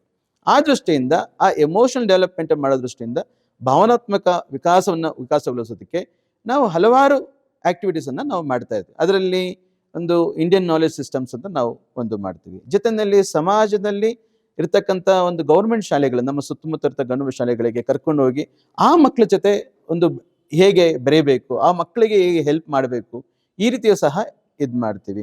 ಜೊತೆಯಲ್ಲಿ ನಾವು ಊಟದ ಸಮಯದಲ್ಲಿ ಹೇಗೆ how to take care of others, sharing and caring ಅಲ್ಲಿ ಇದ್ರ ದೃಷ್ಟಿಯಿಂದ ಸಹ ನಾವು ಎಮೋಷನಲ್ ಡೆವಲಪ್ಮೆಂಟನ್ನು ನಾವು ಮಾಡ್ತಾ ಹೋಗ್ತೀವಿ. ಇನ್ನು ಇಂಟೆಲೆಕ್ಚುಯಲ್ ಡೆವಲಪ್ಮೆಂಟ್ ಬಂದಾಗ ನಮ್ಮ ಎಲ್ಲ ಶಾಲೆಗಳಲ್ಲಿ ಪ್ರತಿಯೊಂದು ಸಬ್ಜೆಕ್ಟನ್ನು how they can convert that for the life study. ಅದು ಬರೀ ಮಾರ್ಕ್ಸ್ ತೊಗೊಳೋದಕ್ಕೊಂದೇ ಆಗಬಾರ್ದು, ತನ್ನ ಜೀವನಕ್ಕೋಸ್ಕರ ಯಾವ ರೀತಿಯನ್ನು ಅದನ್ನು ರೂಪಿಸ್ಗೊಳಿಸಬೇಕು, ತನಗೆ ಇಷ್ಟವಾದಂಥ ಸಬ್ಜೆಕ್ಟಲ್ಲಿ ಯಾವ ರೀತಿ ಮುಂದೆ ಹೋಗಬೇಕು, ಮತ್ತು ಎಲ್ಲ ಸಬ್ಜೆಕ್ಟಲ್ಲಿ ಮುಂದೆ ಯಾವ ರೀತಿ ಬೆಳವಣಿಗೆ ಆಗಬೇಕು ಅನ್ನೋ ದೃಷ್ಟಿಯಿಂದ ಅದು ಲಾಜಿಕಲ್ ಥಿಂಕಿಂಗ್ ಆಗಿರ್ಬೋದು, ಲಿಟ್ರರಿ ಸ್ಕಿಲ್ಸ್ ಆಗಿರ್ಬೋದು, ಪ್ರತಿಯೊಂದು ಸಬ್ಜೆಕ್ಟಲ್ಲೂ ಸಹ ಒಂದು ಪ್ರಾವೀಣ್ಯತೆಯನ್ನು ಸಂಪಾದನೆ ಮಾಡಬೇಕು. ಸೊ ಆ ರೀತಿ ಒಂದು ಇಂಟೆಲೆಕ್ಚುಯಲ್ ಡೆವಲಪ್ಮೆಂಟ್, ಬೌದ್ಧಿಕ ವಿಕಾಸವನ್ನು ನಾವು ಮಾಡ್ತಾ ಹೋಗ್ತೀವಿ. ಜೊತೆಯಲ್ಲಿ ಸ್ಪಿರಿಚುವಲ್ ಡೆವಲಪ್ಮೆಂಟ್. ಒಬ್ಬ ವ್ಯಕ್ತಿ ಬರೀ ಅಕಾಡೆಮಿಕ್ಸ್ ಒಂದೇ ಅಲ್ಲ, ಖುಷಿಯಾಗಿರಬೇಕು, ಆನಂದವಾಗಿರಬೇಕು. ಶಾಲೆಗೆ ಬರಬೇಕಾದ್ರೆ, ಶಾಲೆಯಿಂದ ಹೋಗ್ಬೇಕಾದ್ರೆ, ಯಾವ ಟೀಚರ್ಸ್ ನೋಡಿದ್ರು, ಯಾವ ಸಬ್ಜೆಕ್ಟನ್ನು ತಗೊಂಡ್ರು ಮಗು ಆನಂದವಾಗಿರಬೇಕು. ಆ ದೃಷ್ಟಿಯಿಂದ ಆನಂದಮಯ ಕೋಶವನ್ನು, ಆ ಆಧ್ಯಾತ್ಮಿಕ ಭಾವನೆಯನ್ನು ಮಕ್ಕಳಲ್ಲೇ ಬೆಳೆಸ್ತೀವಿ. ಆ ಆಧ್ಯಾತ್ಮಿಕ ಭಾವನೆ ಅದು ಓದೋದ್ರ ಮುಖಾಂತರ ಆಗಿರ್ಬೋದು, ಮತ್ತು ನಾವು ಕೊಡ್ತಕ್ಕಂಥ ಸೆಷನ್ಸ್, ನಾವು ಬೇರೆ ಬೇರೆ ವ್ಯಕ್ತಿಗಳನ್ನ ಕರೆಸಿ ಇಲ್ಲಿಗೆ ಸೆಷನ್ಸ್ ಕೊಡ್ತೀವಿ. ಆ ಸೆಷನ್ಸ್ ಕೊಟ್ಟಾಗ ಅವರಿಗೆ ಅದರ ಬಗ್ಗೆ ಚಿಂತನೆ ಬಿಡ್ತಕ್ಕಂಥದ್ದು. ಈ ರೀತಿ ಒಂದು ಪಂಚಮುಖಿ ಶಿಕ್ಷಣ ಮುಖಾಂತರ ಪ್ರತಿಯೊಂದು ಮಗುನಲ್ಲಿ, ಅದು ನರ್ಸರಿಯಿಂದ ಹಿಡ್ಕೊಂಡು ನಾವು ನಮ್ಮಲ್ಲಿ ಓದ್ತಕ್ಕಂಥ ಎಲ್ಲ ಮಕ್ಕಳಿಗೆ ಅದರದೇ ಆದಂಥ ಒಂದು ಸ್ಟ್ಯಾಂಡರ್ಡಲ್ಲಿ ಗ್ರೇಡ್ ವೈಸ್ ಆಗಿ ಈ ಶಿಕ್ಷಣ ಪದ್ಧತಿಯಲ್ಲಿ ಯಾವ ಡೆವಲಪ್ಮೆಂಟ್ ಎಷ್ಟು ಆಗಬೇಕು. ಈಗ ನಾವೊಂದು ನರ್ಸರಿ ಮಗುವಿಗೆ ನಾವು 500 ಮೀಟ್ರ್ 400 ಮೀಟ್ರ್ ಓಡಿ ಅಂತ ಹೇಳೋದಕ್ಕಾಗಲ್ಲ. ಅದರಿಂದ ಪ್ರತಿ ಮಗುವಿಗೂ ಆಯಾ ಡೆವಲಪ್ಮೆಂಟಿನಲ್ಲಿ ಎಷ್ಟು ಗ್ರೇಡೆಡ್ ವೈಸ್ ಆಗಿ ಮಾಡಬೇಕು ಅಂತ ನಾವು ಎಲ್ಲ ಟೀಚರ್ಸು ಮತ್ತು ಅನುಭವ ಇರ್ತಕ್ಕಂಥ ಪ್ರಧಾನಾಚಾರ್ಯ ಎಲ್ಲ ಕೂತ್ಕೊಂಡು ಒಂದು ಪದ್ಧತಿಯನ್ನು ತಗೊಂಡಿದ್ದೀವಿ, ಒಂದು ಲಿಮಿಟನ್ನು ತಗೊಂಡಿದ್ದೀವಿ. ಇದ್ರ ಪ್ರಕಾರ ನಾವು ಆ ಎಲ್ಲ ಕ್ಲಾಸಲ್ಲಿ ಅಳವಡಿಸ್ಕೊಂತ ಹೋಗ್ತಾ ಇರ್ತೀವಿ. ನಿಮಗೂ ಜಿಲ್ಲೆಗೊಂದು ಮಾದರಿ ಶಾಲೆ ಅಂತ ಇದೆ, ಅಭಿಯಾನ ಇದೆ. ಆದರೆ ನಿಮ್ಮದು ಶಾಲೆ ಮಾದರಿ ಶಾಲೆ ಅಂತ ಯಾವ ಆಧಾರದ ಮೇಲೆ ಹೇಳ್ತೀರಾ? ಪ್ರತಿಯೊಂದು ಶಾಲೆನ ಮಾದರಿ ಶಾಲೆ ಅನ್ನೋದಕ್ಕೆ ಕೆಲವು ಅಂಶಗಳನ್ನು ನೋಡಬೇಕಾಗತ್ತೆ. ಆ ಶಾಲೆಯಲ್ಲಿ ಯಾವ ರೀತಿಯಾದಂಥ ಎಜುಕೇಷನ್ನ ನಾವು ಕೊಡ್ತಾ ಇದ್ದೀವಿ. ಈಗ ನಾವು ಬರೀ ಕೆಲವು ಶಾಲೆಗಳು ಬರೀ ಅಕಾಡೆಮಿಕ್ಸ್ ಎಕ್ಸಲೆನ್ಸನ್ನು ಕೊಡ್ತಾರೆ, ಕೆಲವು ಶಾಲೆಗಳು ಒಂದು ಗುರುಕುಲ ಪದ್ಧತಿಯಲ್ಲಿ ಹೋಗ್ತಾ ಇರುತ್ತೆ. ನಾವು ನಮ್ಮ ಶಾಲೆಯಲ್ಲಿ ಏನಂದರೆ we have to give academic excellence. ಅಕಾಡೆಮಿಕ್ಸಲ್ಲಿ ಯಾವುದೇ ರೀತಿ ಕಾಂಪ್ರಮೈಸ್ ಇಲ್ಲ. ಈಗಿನ ಒಂದು ಪ್ರಪಂಚದಲ್ಲಿ, ಈಗಿನ ಒಂದು ಮಾಡರ್ನ್ ಎಜುಕೇಷನ್ ಸಿಸ್ಟಮಲ್ಲಿ ಯಾವ ರೀತಿ ಮಕ್ಕಳು ಬೆಳವಣಿಗೆ ಆಗಬೇಕು, ಸೊ ಆ ಅಕಾಡೆಮಿಕ್ ಎಕ್ಸಲೆನ್ಸ್ನ ಕೊಡ್ತಾ, but our roots should be in culture. Okay, ಅದಕ್ಕೆ ನಾವು ಹೇಳ್ತಿರೋದು ನಮ್ಮ ಎಜುಕೇಷನ್ ಪದ್ಧತಿ ಏನಿದೆ, we are rooted to culture but we are committed to excellence. So ಆ ಒಂದು ಪದ್ಧತಿಯಲ್ಲಿ ನಾವು ನಮ್ಮ ಶಾಲೆಗಳು ಒಂದು ಮಾದರಿ ಶಾಲೆ ಆಗೋದಕ್ಕೆ ಯಾವುದೇ ರೀತಿ ಸಂಶಯ ಇಲ್ಲ. ನಾವು 20 ವರ್ಷದಲ್ಲಿ ನಮ್ಮ ಶಾಲೆಗೆ ಪೋಷಕರು ಬರ್ತಾ ಇರೋದೇ ಅದೇ ಕಾರಣದಿಂದ. ಇಲ್ಲಿ ನಮ್ಮ ಶಾಲೆಯಲ್ಲಿ ಶಿಕ್ಷಣ ಪದ್ಧತಿಯಲ್ಲಿ ಬರೀ ಅಕಾಡೆಮಿಕ್ಸ್ ಅಲ್ಲದೆ ಒಂದು ಮೌಲ್ಯಾಧಾರಿತ ಶಿಕ್ಷಣವನ್ನು ಕೊಟ್ಟು ಮಕ್ಕಳನ್ನ ಒಂದು ಒಳ್ಳೆಯ ಉನ್ನತ ಆದಂಥ ವ್ಯಕ್ತಿಯಾಗಿ ರೂಪುಗೊಳ್ಳೋದಕ್ಕೆ ಯಾವುದೇ ರೀತಿ ಸಂಶಯ ಇಲ್ಲ. ಆ ದೃಷ್ಟಿಯಿಂದ ನಮ್ಮ ಶಾಲೆಗಳು ಮಾದರಿ ಶಾಲೆಗೆ ಮಾಡೋದಕ್ಕೆ ಒಂದು ಎಜುಕೇಷನ್, ಇನ್ನೊಂದು ಕಲ್ಚರ್, ಇನ್ನೊಂದು ನಮ್ಮ ಶಾಲೆಯಲ್ಲಿರ್ತಕ್ಕಂಥ ಫೆಸಿಲಿಟೀಸ್. ನಾವು ಯಾವುದೇ ರೀತಿ ನಮ್ಮ ಶಾಲೆಗಳಲ್ಲಿ ಮಕ್ಕಳ ಒಂದು ಅಭಿವೃದ್ಧಿಗೋಸ್ಕರ ಯಾವುದೇ ರೀತಿ ಕಾಂಪ್ರಮೈಸ್ ಮಾಡ್ಕೊಂಡಿಲ್ಲ. ಅದರಲ್ಲಿ ಸ್ಪೋರ್ಟ್ಸ್ ಫೆಸಿಲಿಟೀಸ್ ಆಗಿರ್ಬೋದು, ಒಳ್ಳೆ ಗ್ರೌಂಡ್ ಇದೆ, ಎಲ್ಲ ತರಹದ ಆಟ ಚಟುವಟಿಕೆಗಳಿಗೆ ನಮ್ಮಲ್ಲಿ ಕೊರತೆ ಇಲ್ಲ, ಫೆಸಿಲಿಟೀಸ್ ಇದೆ. ಕೆಲವು ಶಾಲೆಗಳಲ್ಲಿ ಸ್ವಿಮ್ಮಿಂಗ್ ಪೂಲ್ ಇದೆ, ಮಕ್ಕಳಲ್ಲಿ ಆ ಸ್ವಿಮ್ಮಿಂಗ್ ಅನ್ನ ಕಲಿಸ್ಬೇಕು, ಒಂದು ಒಳ್ಳೆ ಲೈಫ್ ಸ್ಕಿಲ್ ಕಲಿಸ್ಬೇಕು ಅಂತ. ಇದು ಹೊರಗಡೆ ಇರ್ತಕ್ಕಂಥ ಆಟಗಳು. ಅದರಲ್ಲೂ ನರ್ಸರಿ ಮಕ್ಕಳಿಗೆ, ಪ್ರೀ ಪ್ರೈಮರಿ ಮಕ್ಕಳಿಗೆ ಪಾರ್ಕ್ ಆಗಿರ್ಬೋದು. ಆ ಪಾರ್ಕಲ್ಲಿ ಈಗ ನಾವು ಮಾಡ್ತಕ್ಕಂಥ ಒಂದು ಧೈರ್ಯವನ್ನು ತುಂಬತಕ್ಕಂಥ ಆಟಗಳು, ಅದು ಬ್ಯಾಲೆನ್ಸ್ ಮಾಡ್ಕೊಂತ ನಡ್ಕೊಂಡು ಹೋಗುವಂಥದ್ದು. ಈ ರೀತಿ ಆಟಗಳ ಮುಖಾಂತರ ನಾವು ಆ ಮಕ್ಕಳಿಗೆ ಇದು ಮಾಡ್ತೇವೆ. ಜೊತೆಯಲ್ಲಿ ಬಿಲ್ಡಿಂಗ್ ಒಳಗಡೆ ನಾವು ಎಲ್ಲಾ ತರಹದ ಚಟುವಟಿಕೆಗಳನ್ನ ನಾವು ಕೊಡ್ತಾ ಇದ್ದೀವಿ. ಅದು ಯೋಗ ಆಗಿರ್ಬೋದು, ಕರಾಟೆ ಆಗಿರ್ಬೋದು, dance, visual arts, performing arts, ಪ್ರತಿಯೊಂದನ್ನು ಸಹ ನಾವು ಕೊಡ್ತಾ ಹೋಗ್ತಾ ಇದ್ದೀವಿ. ಅದರಲ್ಲಿ ಇಂಡಿಯನ್ ನಾಲೆಜ್ ಸಿಸ್ಟಮ್ಸ್ ಅಲ್ಲಿ ಹೇಗೆ ನಾವು ಭಾರತೀಯ ಪರಂಪರೆಯನ್ನ, ಭಾರತೀಯ ಶಿಕ್ಷಣ ಪದ್ಧತಿಯಲ್ಲಿ ಯಾವ ರೀತಿ ನಾವು ಶಿಕ್ಷಣವನ್ನು ಕೊಡಬೇಕು, ಈ ರೀತಿ ಪ್ರತಿಯೊಂದು ಚಟುವಟಿಕೆಗಳಲ್ಲೂ ನಾವು ಉತ್ಕೃಷ್ಟ ಮಾದರಿಯನ್ನು ನಾವು ನೋಡ್ತಾ ಇದ್ದೇವೆ. ಯಾವುದೇ ಒಂದು ಚಟುವಟಿಕೆ ತಗೊಂಡ್ರು ಅದು ಒಂದು ಮಾದರಿ ಅಂತ ಆಕ್ಟಿವಿಟಿ ಆಗಬೇಕು. ಈ ಮಾದರಿ ಆಕ್ಟಿವಿಟಿಯನ್ನು ಬೇರೆಯವರೆಲ್ಲ ಅನುಕರಿಸಬೇಕು. ಆದ್ರಿಂದ ನಮ್ಮ ಶಾಲೆ ಮಾದರಿ ಶಾಲೆ ಅಂತ ನಾವು ಹೇಳಿದಾಗ ಅದು ಪ್ರತಿಯೊಂದು ಆಕ್ಟಿವಿಟಿನಲ್ಲಿ ಒಂದು ಉತ್ಕೃಷ್ಟ ಮಾದರಿಯನ್ನು ನಾವು ತಗೊಳ್ತೀವಿ. ಆ ಪ್ರತಿಯೊಂದು ಉತ್ಕೃಷ್ಟ ಮಾದರಿಗೆ we have A scalable models. ಇದು ಇನ್ನು ಮುಂದೆ ಇನ್ನೂ ಎಷ್ಟನ್ನ ಬೆಳೆಸಬಹುದು ನಾವು. ಸೊ ಈ ರೀತಿ ನಮ್ಮಲ್ಲಿ ನಾವು ಚಿಂತನೆ ಮಾಡ್ಕೊಳ್ತಾ ಆ ಶಿಕ್ಷಣವನ್ನು ಕೊಡ್ತಾ ಹೋಗ್ತಾ ಇರ್ತೀವಿ. ಪ್ರತಿಯೊಂದು ಆಕ್ಟಿವಿಟಿಯನ್ನ ಒಂದು ಉತ್ಕೃಷ್ಟ ಮಾದರಿಗೆ ತಗೊಂಡು ಹೋಗ್ತಾ ಇರ್ತೀವಿ. ಅದರಿಂದ ನಾವು ನಮ್ಮ ಶಾಲೆ ಒಂದು ಮಾದರಿ ಶಾಲೆ, ಬೇರೆಯವರು ನಮ್ಮನ್ನ ಅನುಕರಣೆ ಮಾಡಬಹುದಾದಂಥ ಆಕ್ಟಿವಿಟೀಸ್ ಅನ್ನ ನಮ್ಮ ಶಾಲೆಗಳಲ್ಲಿ ನಾವು ಕೊಡ್ತಾ ಹೋಗ್ತಾ ಇರ್ತೀವಿ. ಅದರಿಂದ ರಾಷ್ಟ್ರೋತ್ಥಾನ ಶಾಲೆ ಒಂದು ಮಾದರಿ ಶಾಲೆ ಅಂತ ಈಗ ಸಮಾಜದಲ್ಲಿ ಒಂದು ಒಳ್ಳೆಯ ಹೆಸರಿದೆ. ಮಕ್ಕಳಿಗೆ ಶಿಕ್ಷಣವನ್ನೇ ಹೇಳ್ಕೊಡೋಕ್ಕೂ ಮುಂಚೆ ಅಥವಾ ಪಾಠ ಮಾಡೋಕ್ಕೂ ಮುಂಚೆ ಟೀಚರ್ಸ್ಗೆ ಯಾವ ಥರ ಟ್ರೈನಿಂಗ್ ಆಗಿರುತ್ತೆ ಮತ್ತು ಅವ್ರು ಹೇಗೆ ಪ್ರಿಪೇರ್ ಆಗಿರ್ತಾರೆ? ಇದು ತುಂಬಾ ಒಳ್ಳೆಯ ಪ್ರಶ್ನೆ. ಮಕ್ಕಳಾಗಿ ನೀವು ಟೀಚರ್ಸ್ ಬಗ್ಗೆ ಕೇಳ್ತಿರೋದು ನನಗೆ ತುಂಬಾ ಖುಷಿ ಆಗ್ತಾ ಇದೆ. ಶಾಲೆಯ ಬೆನ್ನೆಲುಬೆ ಶಿಕ್ಷಕರು. ನಾವು ಮ್ಯಾನೇಜ್ಮೆಂಟ್ ಇಂದ ಶಾಲೆಯ ಒಂದು ಕಟ್ಟಡ ಕಟ್ಟಿಸ್ಬೋದು, ಒಳ್ಳೆಯ ಉಪಕರಣಗಳನ್ನ ಕೊಡ್ಬೋದು, ಒಳ್ಳೆಯ ಫೆಸಿಲಿಟೀಸ್ ಅನ್ನ ಕೊಡ್ಬೋದು. ಆದರೆ ಆ ಎಲ್ಲ ಉಪಕರಣಗಳಾಗ್ಲಿ, ಫೆಸಿಲಿಟೀಸ್ ಆಗಲಿ ಒಂದು ಒಳ್ಳೆಯ ಕ್ರಿಯೆಗೋಸ್ಕರ ಉಪಯೋಗಿಸ್ಕೊಳೋದು ಅದು ಶಿಕ್ಷಕರು. ಅದರಿಂದ ಶಿಕ್ಷಕರಿಗೆ ನಮ್ಮ ರಾಷ್ಟ್ರೋತ್ಥಾನ ವಿದ್ಯಾಕೇಂದ್ರದ ಶಿಕ್ಷಣ ಪದ್ಧತಿ ಅಂದ್ರೆ ಏನು, ಅದು ಪಂಚಮುಖಿ ಶಿಕ್ಷಣ ಪದ್ಧತಿ ಆಗಿರ್ಬೋದು, ಎಲ್ಲಾ ಸಬ್ಜೆಕ್ಟ್ಗಳನ್ನ ಒಂದು ರಾಷ್ಟ್ರೋತ್ಥಾನ ವಿದ್ಯಾಕೇಂದ್ರದ ಪರಿಧಿಯಲ್ಲಿ ಹೇಗೆ ಪಾಠ ಮಾಡಬೇಕು ಅನ್ನೋ ದೃಷ್ಟಿಯಿಂದ ನಮ್ಮಲ್ಲಿ ಟೀಚರ್ ಟ್ರೈನಿಂಗ್ ಡೆವಲಪ್ಮೆಂಟ್ ಪ್ರೋಗ್ರಾಮ್ಸ್ ಎಲ್ಲ ಆಗ್ತಾ ಇರುತ್ತೆ. ಇದು ಹಲವಾರು ಹಂತಗಳಲ್ಲಿ ಆಗ್ತಾ ಇರುತ್ತೆ. ಈಗ ಹೊಸ ಟೀಚರ್ಸ್ ಯಾರು ಬರ್ತಾರೆ ನಮ್ಮ ಶಾಲೆಗೆ, ರಿಕ್ರೂಟ್ಮೆಂಟ್ ಆಗುತ್ತೆ. ಅವ್ರಿಗೆ they will be very knowledgeable, they will be very skilled, they will have very good experience. ಅದ್ರಲ್ಲಿ ಯಾವುದೇ ರೀತಿ ನಾವು ಹಿಂದೆ ಹೋಗೋದಿಲ್ಲ. ಒಳ್ಳೆಯ ಟೀಚರ್ಸ್, ಎಕ್ಸ್ಪೀರಿಯನ್ಸ್ ಟೀಚರ್ಸ್ ಇರೋರನ್ನ ನಾವು ತಗೊಳ್ತೀವಿ. ಆದರೆ ಈ ಪಂಚಮುಖಿ ಶಿಕ್ಷಣ ಕಾನ್ಸೆಪ್ಟ್ ಅಂದ್ರೆ ಏನು, ಮತ್ತೆ ರಾಷ್ಟ್ರೋತ್ಥಾನ ವಿದ್ಯಾಕೇಂದ್ರಗಳಲ್ಲಿ ಶಿಕ್ಷಣವನ್ನ ಯಾವ ರೀತಿ ಕೊಡಬೇಕು ಅನ್ನೋ ದೃಷ್ಟಿಯಿಂದ ಅವರಿಗೆ ರೆಸಿಡೆನ್ಷಿಯಲ್ ಟ್ರೈನಿಂಗ್ ಕ್ಯಾಂಪ್ಗಳನ್ನ ಮಾಡ್ತೀವಿ ನಾವು. ಅದು ರೆಸಿಡೆನ್ಷಿಯಲ್ ಅಂತ ನಾವು ಹೇಳಿದಂಗೆ ಶಾಲೆಯಲ್ಲೇ ಉಳ್ಕೋಬೇಕು. ಅದು ಒಂದು 5 ದಿವಸಗಳಾಗಿರ್ಬೋದು, ಒಂದು ವಾರ ಆಗಿರ್ಬೋದು, 10 ದಿವಸದ ಟ್ರೈನಿಂಗ್ ಪ್ರೋಗ್ರಾಮ್ ಸಹ ನಾವು ಮಾಡ್ತೀವಿ. ಅಲ್ಲಿ ಟೀಚರ್ಸ್ ಬೇರೆ ಬೇರೆ ಶಾಲೆಗಳಿಂದ ಬಂದಾಗ ಅಲ್ಲೇ ಉಳ್ಕೊಂತಾರೆ, ಅಲ್ಲೇ ವಾಸವಾಗಿರ್ತಾರೆ, ಒಂದು ಬಾಂಧವ್ಯ ಬೆಳೆಯುತ್ತೆ. ಆ ಭಾವನೆಗಳನ್ನು ನಾವು ಅಲ್ಲಿ ಟೀಚರ್ಸ್ ಅಲ್ಲಿ ಕ್ರಿಯೇಟ್ ಮಾಡ್ತೀವಿ. ಇದ್ರ ಮುಖಾಂತರ ಅವರು ರಾಷ್ಟ್ರೋತ್ಥಾನ ಒಂದು ಸಿಸ್ಟಮ್ ಏನಿದೆ ಅದನ್ನ ಅರ್ಥ ಮಾಡಿಕೊಂಡು ಅದನ್ನ ಮುಂದಕ್ಕೆ ಹೋಗ್ತಾರೆ. ಇದು ಹೊಸದಾಗ ಬರತಕ್ಕಂಥ ಟೀಚರ್ಸ್ಗೆ ನಾವು ಮಾಡ್ತಕ್ಕಂಥದ್ದು. ಇದನ್ನ ನಾವು ಟೀಚರ್ಸ್ ಇಂಡಕ್ಷನ್ ಪ್ರೋಗ್ರಾಮ್ ಅಂತ ನಾವು ಕರಿತೀವಿ. ಇನ್ನ ಟೀಚರ್ಸ್ ಓರಿಯಂಟೇಷನ್ ಪ್ರೋಗ್ರಾಮ್ಸ್ ಅಂತ ಕೆಲವು ಮಾಡ್ತೀವಿ. ಅಂದ್ರೆ ಯಾರು ಆಲ್ರೆಡಿ ನಮ್ಮ ಶಾಲೆಗಳಲ್ಲಿ ಕೆಲಸ ಮಾಡ್ತಾ ಇದ್ದಾರೆ ಅವರ ಸ್ಕಿಲ್ಸ್ ಅನ್ನ, ಅವರ ಕೇಪಬಿಲಿಟೀಸ್ ಅನ್ನ, ಅವರ ಎಬಿಲಿಟೀಸ್ ಅನ್ನ ಇನ್ನಷ್ಟು ಉತ್ತಮಗೊಳಿಸೋದಕ್ಕೆ ನಾವು ಬೇರೆ ಬೇರೆ ಸೆಷನ್ಸ್ಗಳನ್ನ ಮಾಡ್ತೇವೆ. ಅದು ವರ್ಷದಲ್ಲಿ ಒಂದು 4 ಬಾರಿ ನಾವು ಟ್ರೈನಿಂಗ್ ಪ್ರೋಗ್ರಾಮ್ಸ್ 2 ದಿವಸದ ಟ್ರೈನಿಂಗ್ ಪ್ರೋಗ್ರಾಮ್ಸ್ ಮಾಡ್ತಾ ಬರ್ತಾ ಇರ್ತೀವಿ. ಅದು ಸಮಾಜದಲ್ಲಿರ್ತಕ್ಕಂಥ ಎಕ್ಸ್ಪರ್ಟೈಸ್ ರಿಸೋರ್ಸ್ ಪರ್ಸನ್ ಕರ್ಕೊಂಡ್ ಬರ್ತೀವಿ. ಕೆಲವು ನಮ್ಮ ಪೋಷಕರಲ್ಲೇ ಕೆಲವರು ರಿಸೋರ್ಸ್ ಪರ್ಸನ್ಸ್ ಇರ್ತಾರೆ, ಅವರಿಗೆ ಕೆಲವು ಸಬ್ಜೆಕ್ಟ್ಸ್ ಬಗ್ಗೆ ಪ್ರಾವೀಣ್ಯತೆ ಇರುತ್ತೆ, ಅವರನ್ನು ಸಹ ನಾವು ಸೆಷನ್ಸ್ಗೆ ಕರ್ಕೊಂಡ್ ಬರ್ತೀವಿ. ಜೊತೆಯಲ್ಲಿ ಆಲ್ರೆಡಿ ನಾವು 20 ವರ್ಷಗಳು ಆಗ್ತಾ ಇರೋದ್ರಿಂದ ನಮ್ಮಲ್ಲೇ ಟೀಚರ್ಸ್ ಆಲ್ರೆಡಿ ರಿಸೋರ್ಸ್ ಪರ್ಸನ್ಸ್ ಆಗಿ ಅವರು ಮುಂದೆ ಬರ್ತಾ ಇದ್ದಾರೆ. ಅವರೇ ಒಳ್ಳೊಳ್ಳೆ ಸೆಷನ್ಸ್ ಅನ್ನ ತಗೊಂತಾ ಇದ್ದಾರೆ. ಯಾಕಂದ್ರೆ ಆಲ್ರೆಡಿ ಅನುಭವ ಇದೆ, ನಮ್ಮ ರಾಷ್ಟ್ರೋತ್ಥಾನದಲ್ಲಿ ಯಾವ ರೀತಿ ಪಾಠ ಮಾಡಬೇಕು ಅಂತ ಅನುಭವ ಇದೆ. ಸೊ ಅವರು ನಮ್ಮ ಟೀಚರ್ಸ್ಗೆ ಸೆಷನ್ಸ್ ಅನ್ನು ತಗೊಳೋದು, ಈ ರೀತಿ teachers induction programme, teachers orientation ಪ್ರೋಗ್ರಾಮ್ಗಳನ್ನ ನಾವು ಮಾಡ್ತಾ ಇರ್ತೀವಿ. ಜೊತೆಯಲ್ಲಿ ಅವಾಗ ನಾವು ಚಿಂತನಾ ಬೈಟೆಕ್ಸ್ ಅಂತ ನಾವು ಮಾಡ್ತಾ ಇರ್ತೀವಿ. ಅಂದ್ರೆ ನಾವು ನಮ್ಮ ಶಿಕ್ಷಣ ಪದ್ಧತಿ ಇನ್ನು ಹೇಗೆ ನಾವು ಇನ್ನೂ ಉತ್ತಮಗೊಳಿಸಬಹುದು, ಇದರಲ್ಲಿ ಇನ್ನು ಯಾವ ರೀತಿ ಆಕ್ಟಿವಿಟೀಸ್ ನಾವು ಚೆನ್ನಾಗಿ ಇಂಪ್ರೂವ್ಮೆಂಟ್ ಮಾಡಬಹುದು, ಮಕ್ಕಳ ಒಂದು ಅಭಿವೃದ್ಧಿಗೋಸ್ಕರ ಅವರ ಒಂದು ಡೆವಲಪ್ಮೆಂಟ್ ದೃಷ್ಟಿಯಿಂದ ಇನ್ನು ಏನೇನು ಹೊಸದಾಗಿ ನಾವು ನಮ್ಮ ಶಾಲೆಗಳಲ್ಲಿ ಮಾಡಬಹುದು ಅಂತ ಹೇಳಿ ಚಿಂತನಾ ಬೈಟೆಕ್ಸ್ ಅನ್ನು ನಾವು ಮಾಡ್ತಾ ಇರ್ತೀವಿ. ಇದ್ರ ಜೊತೆಯಲ್ಲಿ ತ್ರೈಮಾಸಿಕ ಬೈಟಕ್ಸ್ ಆಗಿರ್ಬೋದು, ಬೈಮಂತ್ಲಿ ಮೀಟಿಂಗ್ಸ್ ಆಗಿರ್ಬೋದು, ಇವೆಲ್ಲ ನಾವು ಅವಾಗ ಸೇರಿ ಒಂದು ಬ್ರೈನ್ ಸ್ಟಾರ್ಮಿಂಗ್ ಸೆಷನ್ಸ್ ಇವೆಲ್ಲ ನಾವು ಮಾಡ್ತಾ ಇರ್ತೀವಿ. ಇದ್ರ ಜೊತೆಯಲ್ಲಿ ಸಬ್ಜೆಕ್ಟ್ ಓರಿಯೆಂಟೆಡ್ ಅಂತ ನಾವು ಬಂದಾಗ ಇದು ನಾವು ರಾಷ್ಟ್ರೋತ್ತರ ಪದ್ಧತಿಯಲ್ಲಿ ಮಾಡ್ತಕ್ಕಂಥ. ಇನ್ನು ಸಬ್ಜೆಕ್ಟ್ ಓರಿಯೆಂಟೆಡ್ ಬಂದಾಗ ನಮ್ಮಲ್ಲಿ ಪ್ರತಿ ಶಾಲೆಯಲ್ಲಿ ಸಬ್ಜೆಕ್ಟ್ HODs ಅಂತ ಇರ್ತಾರೆ. ಜೊತೆಯಲ್ಲಿ ನಮ್ಮ ಎಲ್ಲ RVK CBSE ಶಾಲೆಗೆ every subject will have A mentor. ಅವರು ಸಬ್ಜೆಕ್ಟ್ ಲೀಡರ್ ಅಂತ ಕರಿತೀವಿ ನಾವು ಅವ್ರನ್ನ. ಅವರ ಒಂದು ಎಕ್ಸ್ಪರ್ಟೈಸ್ ಇಂದ ಎಲ್ಲ ಸಬ್ಜೆಕ್ಟ್ HODಗಳ ಜೊತೆ ಅದು ಒಂದು 15 days ಫೋರ್ಟ್ನೈಟ್ಲಿ ಮೀಟಿಂಗ್ ಮಾಡ್ತಾರೆ. ಅಲ್ಲಿ ಅವರು ಚಟುವಟಿಕೆಗಳನ್ನ ಶೇರ್ ಮಾಡ್ಕೊತಾರೆ, ಬೆಸ್ಟ್ ಪ್ರಾಕ್ಟೀಸ್ ಅನ್ನ ಶೇರ್ ಮಾಡ್ಕೊಳ್ತಾರೆ, ಬೇರೆ ಶಾಲೆ ಆದಕ್ಕಂಥ ಒಳ್ಳೆಯ ಆಕ್ಟಿವಿಟೀಸ್ನ ಎಲ್ಲ ಶೇರ್ ಮಾಡ್ಕೊತಾರೆ. ಆ ರೀತಿ ನಾವು ಎಕ್ಸ್ಚೇಂಜ್ ಮಾಡ್ಕೊತೀವಿ. ಆ ಕೊಲಾಬರೇಷನ್ ಬಂದಾಗ ಟೀಚರ್ಸ್ ತನ್ನಷ್ಟಾನೇ ಇಂಪ್ರೂವ್ಮೆಂಟ್ ಆಗ್ತಾರೆ. ಅದ್ರ ಜೊತೆಯಲ್ಲಿ ನಾವು ಟೀಚರ್ಸ್ಗೆ ಕಮ್ಯುನಿಕೇಷನ್ ಸ್ಕಿಲ್ಸ್ ಬಗ್ಗೆ ಯಾವ ರೀತಿ ಇಂಪ್ರೂವ್ಮೆಂಟ್ ಆಗಬೇಕು, ಒಂದು ಇಂಟರ್ಪರ್ಸನಲ್ ಮತ್ತು ಇಂಟ್ರಾಪರ್ಸನಲ್ ಕಮ್ಯುನಿಕೇಷನ್ಸ್ ಬಗ್ಗೆ ಯಾವ ರೀತಿ ಡೆವಲಪ್ಮೆಂಟ್ ಆಗಬೇಕು, ಇದು ಸಹ ಟೀಚರ್ಸ್ ಟ್ರೈನಿಂಗ್ಗೆ ನಾವು ಟ್ರೈನಿಂಗಲ್ಲಿ ಕೊಡ್ತಾ ಇರ್ತೀವಿ. ಇನ್ನು ಮಕ್ಕಳಲ್ಲಿ ಕೆಲವು ನಾವು ಶಾಲೆಗಳಲ್ಲಿ ನೋಡಿದಾಗ ಕೆಲವು ಸತಿ ಕೆಲವು ಪ್ರಾಬ್ಲಮ್ಸ್ ಬರ್ತಾ ಇರುತ್ತೆ. ಅಂದರೆ ಯಾವುದೋ ಮಗು ಹ್ಯಾಂಡ್ ರೈಟಿಂಗ್ ಚೆನ್ನಾಗಿ ಬರೀತಾ ಇರೋದಿಲ್ಲ, ಇಲ್ಲಾಂದರೆ ಎಷ್ಟು ಓದಿದ್ರು ಅವನಿಗೆ ಮಾರ್ಕ್ಸ್ ತೊಗೊಳೋದಕ್ಕೆ ಬರ್ತಾ ಇರಲ್ಲ. ಅದಕ್ಕೆ ನಾವು ಟೀಚರ್ಸ್ಗೆ ಒಂದು ಆ್ಯಕ್ಷನ್ ರಿಸರ್ಚ್ ಟ್ರೈನಿಂಗ್ ಅಂತ ನಾವು ಮಾಡಿದ್ವಿ.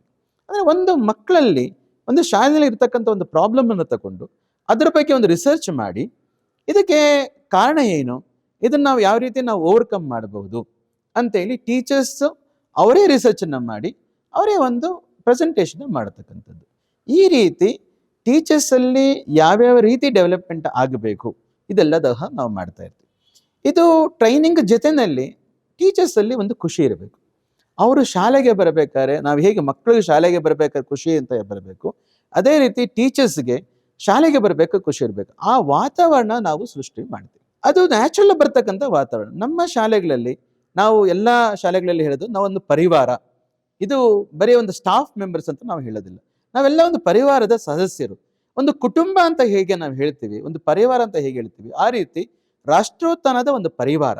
ಈ ಪರಿವಾರದಲ್ಲಿ ಟೀಚರ್ಸ್ ಬಂದಾಗ ತಾನಾಗ್ತಾನೆ ಅವರು ಡೆವಲಪ್ ಆಗ್ತಾ ಹೋಗ್ತಾರೆ. ಈ ರೀತಿ ನಾವು ಶಿಕ್ಷಕರನ್ನ ತಯಾರಿ ಮಾಡ್ತೀವಿ, ಅದೇ ರೀತಿಯಲ್ಲಿ ನಾವು ಮುಂದಕ್ಕೆ ಅವ್ರನ್ನ ತಗೊಂಡು ಹೋಗ್ತಾ ಇರ್ತೀವಿ. ರಾಷ್ಟ್ರೋತ್ಥಾನ ವಿದ್ಯಾಕೇಂದ್ರ ಶಾಲೆ ಅಂದರೆ ಸಂಸ್ಕಾರ ಶಿಕ್ಷಣ, ಇದು ಎಲ್ಲರಿಗೂ ಗೊತ್ತು. ಆದರೆ ಒಳ್ಳೆ ರಿಸಲ್ಟ್ ಬರೋದಕ್ಕೆ ಮಕ್ಕಳಿಗೆ ಹೆಂಗೆ ತಯಾರು ಮಾಡ್ತೀರಾ? ಏನು ಹೇಳಿದ್ರೆ ರಾಷ್ಟ್ರೋತ್ಥಾನ ವಿದ್ಯಾಕೇಂದ್ರ ಅಂದರೆ ಸಂಸ್ಕಾರ, ಹೌದು. ಸಂಸ್ಕಾರದ ಜೊತೆಯಲ್ಲಿ ಅಕಾಡೆಮಿಕ್ಸ್, ಇದು ಎರಡನ್ನೂ ಒಟ್ಟಿಗೆ ಹೋಗ್ಬೇಕು. ನಾನು ಅವಲೇ ಹೇಳ್ದಂಗೆ ಅಕಾಡೆಮಿಕ್ಸ್ ಬೇರೆ ಅಲ್ಲ, ನಮ್ಮ ಸಂಸ್ಕಾರ ಪದ್ಧತಿ ಬೇರೆ ಅಲ್ಲ. ಸಂಸ್ಕಾರದ ಮುಖಾಂತರ ನಾವು ಅಕಾಡೆಮಿಕ್ಸ್ ಅನ್ನ ಕೊಡ್ತಕ್ಕಂಥದ್ದು. ಏನು ರಾಷ್ಟ್ರೋತ್ಥಾನ ಶಾಲೆಗಳು ನಾವು ಹಿನ್ನೆಲೆ ತಗೊಂಡ್ರೆ ನಾವು ಬಿಗಿನಿಂಗಿಂದಲೂ ಈಗಲೂ ತನಕ ನಾವು ಶಿಕ್ಷಣದಲ್ಲಿ ಪ್ಯೂರ್ ಅಕಾಡೆಮಿಕ್ಸ್ ಅಂತ ನಾವು ಏನು ಹೇಳ್ತೀವಿ, ಮಾರ್ಕ್ಸ್ ಅಂತ ನಾವು ಏನು ಓರಿಯೆಂಟೇಷನ್ ಹೇಳ್ತೀವಿ, ಇದರಲ್ಲಿ ಯಾವುದೇ ರೀತಿ ಕೊರತೆ ಮಾಡಿಲ್ಲ. ನಮ್ಮ ಮಕ್ಕಳು ಆಲ್ರೆಡಿ ಬೇರೆ ಬೇರೆ ಎಕ್ಸಾಮ್ಗಳಲ್ಲಿ ಎಕ್ಸೆಲ್ ಆಗ್ತಾ ಇದ್ದಾರೆ. ಈಗ ಅದಕ್ಕೆ ನಾವು ಉದಾಹರಣೆ ಕೊಡಬೇಕು ಅಂತಂದ್ರೆ 1-2 ವರ್ಷಗಳ ಹಿಂದೆ ಇಡೀ ಕರ್ನಾಟಕದ ಒಂದು ಸ್ಟೇಟ್ ಟಾಪರ್ ಅಂತ ಬಂದಾಗ ಅದು ನಮ್ಮ ಶಾಲೆಯಿಂದ ಬಂದಿದ್ದ ಹುಡುಗ. ಎಲ್ಲ ಶಾಲೆಗಳಲ್ಲಿ ಅದರದೇ ಆದಂಥ ಒಂದು ಶಾಲೆ ಟಾರ್ಗೆಟ್ ಅಂತ ನಾವು ಏನು ಅಂದ್ಕೊಂತೀವಿ, ಪ್ರತಿಯೊಂದು ಮಗು ಅವನ ಬೆಸ್ಟ್ ಅನ್ನ ಏನು ಕೊಡಬಹುದು ಅಕಾಡೆಮಿಕ್ಸ್ ಅಲ್ಲಿ, ಆ ಅಕಾಡೆಮಿಕ್ಸ್ ಅಲ್ಲಿ ಅದು ಬೆಳವಣಿಗೆ ಆಗ್ತಾ ಬರ್ತಾ ಇದೆ. ಈಗ ನಾವು 10th ಸ್ಟ್ಯಾಂಡರ್ಡ್ ರಿಸಲ್ಟ್ಸ್ ಅನ್ನ ತಗೊಂಡಾಗ ನಮ್ದು ಪಾಸ್ ಪರ್ಸೆಂಟ್ ತುಂಬಾ ಚೆನ್ನಾಗಿದೆ. ತುಂಬಾ ಜನ ಮಕ್ಕಳು ಹತ್ತತ್ರ ಒಂದು 80% ಮಕ್ಕಳು ಜಾಸ್ತಿ ಅವರು 85% 90% ಇಂದ ಮೇಲೆ ತಗೊಳ್ತಾ ಇದ್ದಾರೆ. ಈ ರೀತಿ ನಮ್ಮ ರಿಸಲ್ಟ್ಸ್ ನಮ್ದು ಇದೆ. ಮತ್ತೆ ನಾವು ಪೋಷಕರಿಗೆ ಹೇಳೋದೇನಂತಂದ್ರೆ ಮಕ್ಕಳನ್ನ ನಾವು ಯಾವತ್ತೂ ಮಾರ್ಕ್ಸ್ಗೆ ತಯಾರು ಮಾಡಬಾರ್ದು. ಬರೀ ಓದೋದಕ್ಕೋಸ್ಕರನೇ ನಾವು ಮಕ್ಕಳನ್ನ ಇದು ಮಾಡ್ತಲ್ಲ. Marks are important, yes, it is very essential, but ಆದ್ರೆ marks are not the only important thing for life. ಅದರಿಂದ ಮಾರ್ಕ್ಸ್ನ ಜೊತೆಯಲ್ಲಿ ಸಂಸ್ಕಾರ ಪದ್ಧತಿಗಳು ನಾವು ಕಲಿಸ್ಬೇಕು. ಅದಕ್ಕೆ ನಾವು ನಮ್ಮಲ್ಲಿ ಯಾವಲ್ಲ ನಮ್ಮ ಹಿರಿಯರು ಹೇಳ್ತಾರೆ, ನಮ್ಮ ಶಾಲೆಗಳಲ್ಲಿ ಮಕ್ಕಳಿಗೆ ಒಂದು ಮಾರ್ಕ್ಸ್ ಕಮ್ಮಿ ಬಂದರೂ ಪರವಾಗಿಲ್ಲ, ಆದರೆ ರಿಮಾರ್ಕ್ಸ್ ತಗೊಳ್ಬಾರ್ದು ಆ ಮಗು. ಆ ದೃಷ್ಟಿಯಿಂದ ನಾವು ಪೋಷಕರಿಗೆ ಹೇಳೋದು ಅದಷ್ಟೇ, ಮಾರ್ಕ್ಸ್ ತನ್ನಷ್ಟು ತಾನೇ ಬರುತ್ತೆ. ಮಕ್ಕಳು ಖುಷಿಯಿಂದ ಶಾಲೆಗೆ ಬರ್ತಿದ್ದಾರೆ ಅಂತಂದಾಗ ಆಟೋಮೆಟಿಕ್ ಆಗಿ ಮಕ್ಕಳಲ್ಲಿ ಆ ಮಾರ್ಕ್ಸ್ನ ಒಂದು ಹೆಚ್ಚಳಿಕೆ ಅದೇ ಆಗ್ತಾ ಇರುತ್ತೆ. ಅದರಿಂದ ಪೋಷಕರಿಗೆ ನಾವು ಹೇಳ್ತಾ ಇರ್ತೇವೆ ಇದ್ರ ಬಗ್ಗೆ. ಅಕಾಡೆಮಿಕ್ ಎಕ್ಸಲೆನ್ಸ್ ತಾನಾಗ್ತಾನೆ ಬರುತ್ತೆ, ಸಂಸ್ಕಾರದ ಜೊತೆಯಲ್ಲಿ ಅಕಾಡೆಮಿಕ್ ಎಕ್ಸಲೆನ್ಸ್ ಅನ್ನು ನಾವು ಕೊಡ್ತಾ ಹೋಗ್ತಾ ಇದ್ವಿ. ಇನ್ನು ಸೈನ್ಸ್ ಮತ್ತೆ ಎಜುಕೇಶನ್ ಅಂತ ಬಂದಾಗ ನಮ್ಮ ಮಕ್ಕಳು ಹಲವಾರು ಕಾಂಪಿಟೇಷನ್ಸ್ ಅಲ್ಲಿ ಪಾರ್ಟಿಸಿಪೇಟ್ ಮಾಡಿದ್ದಾರೆ.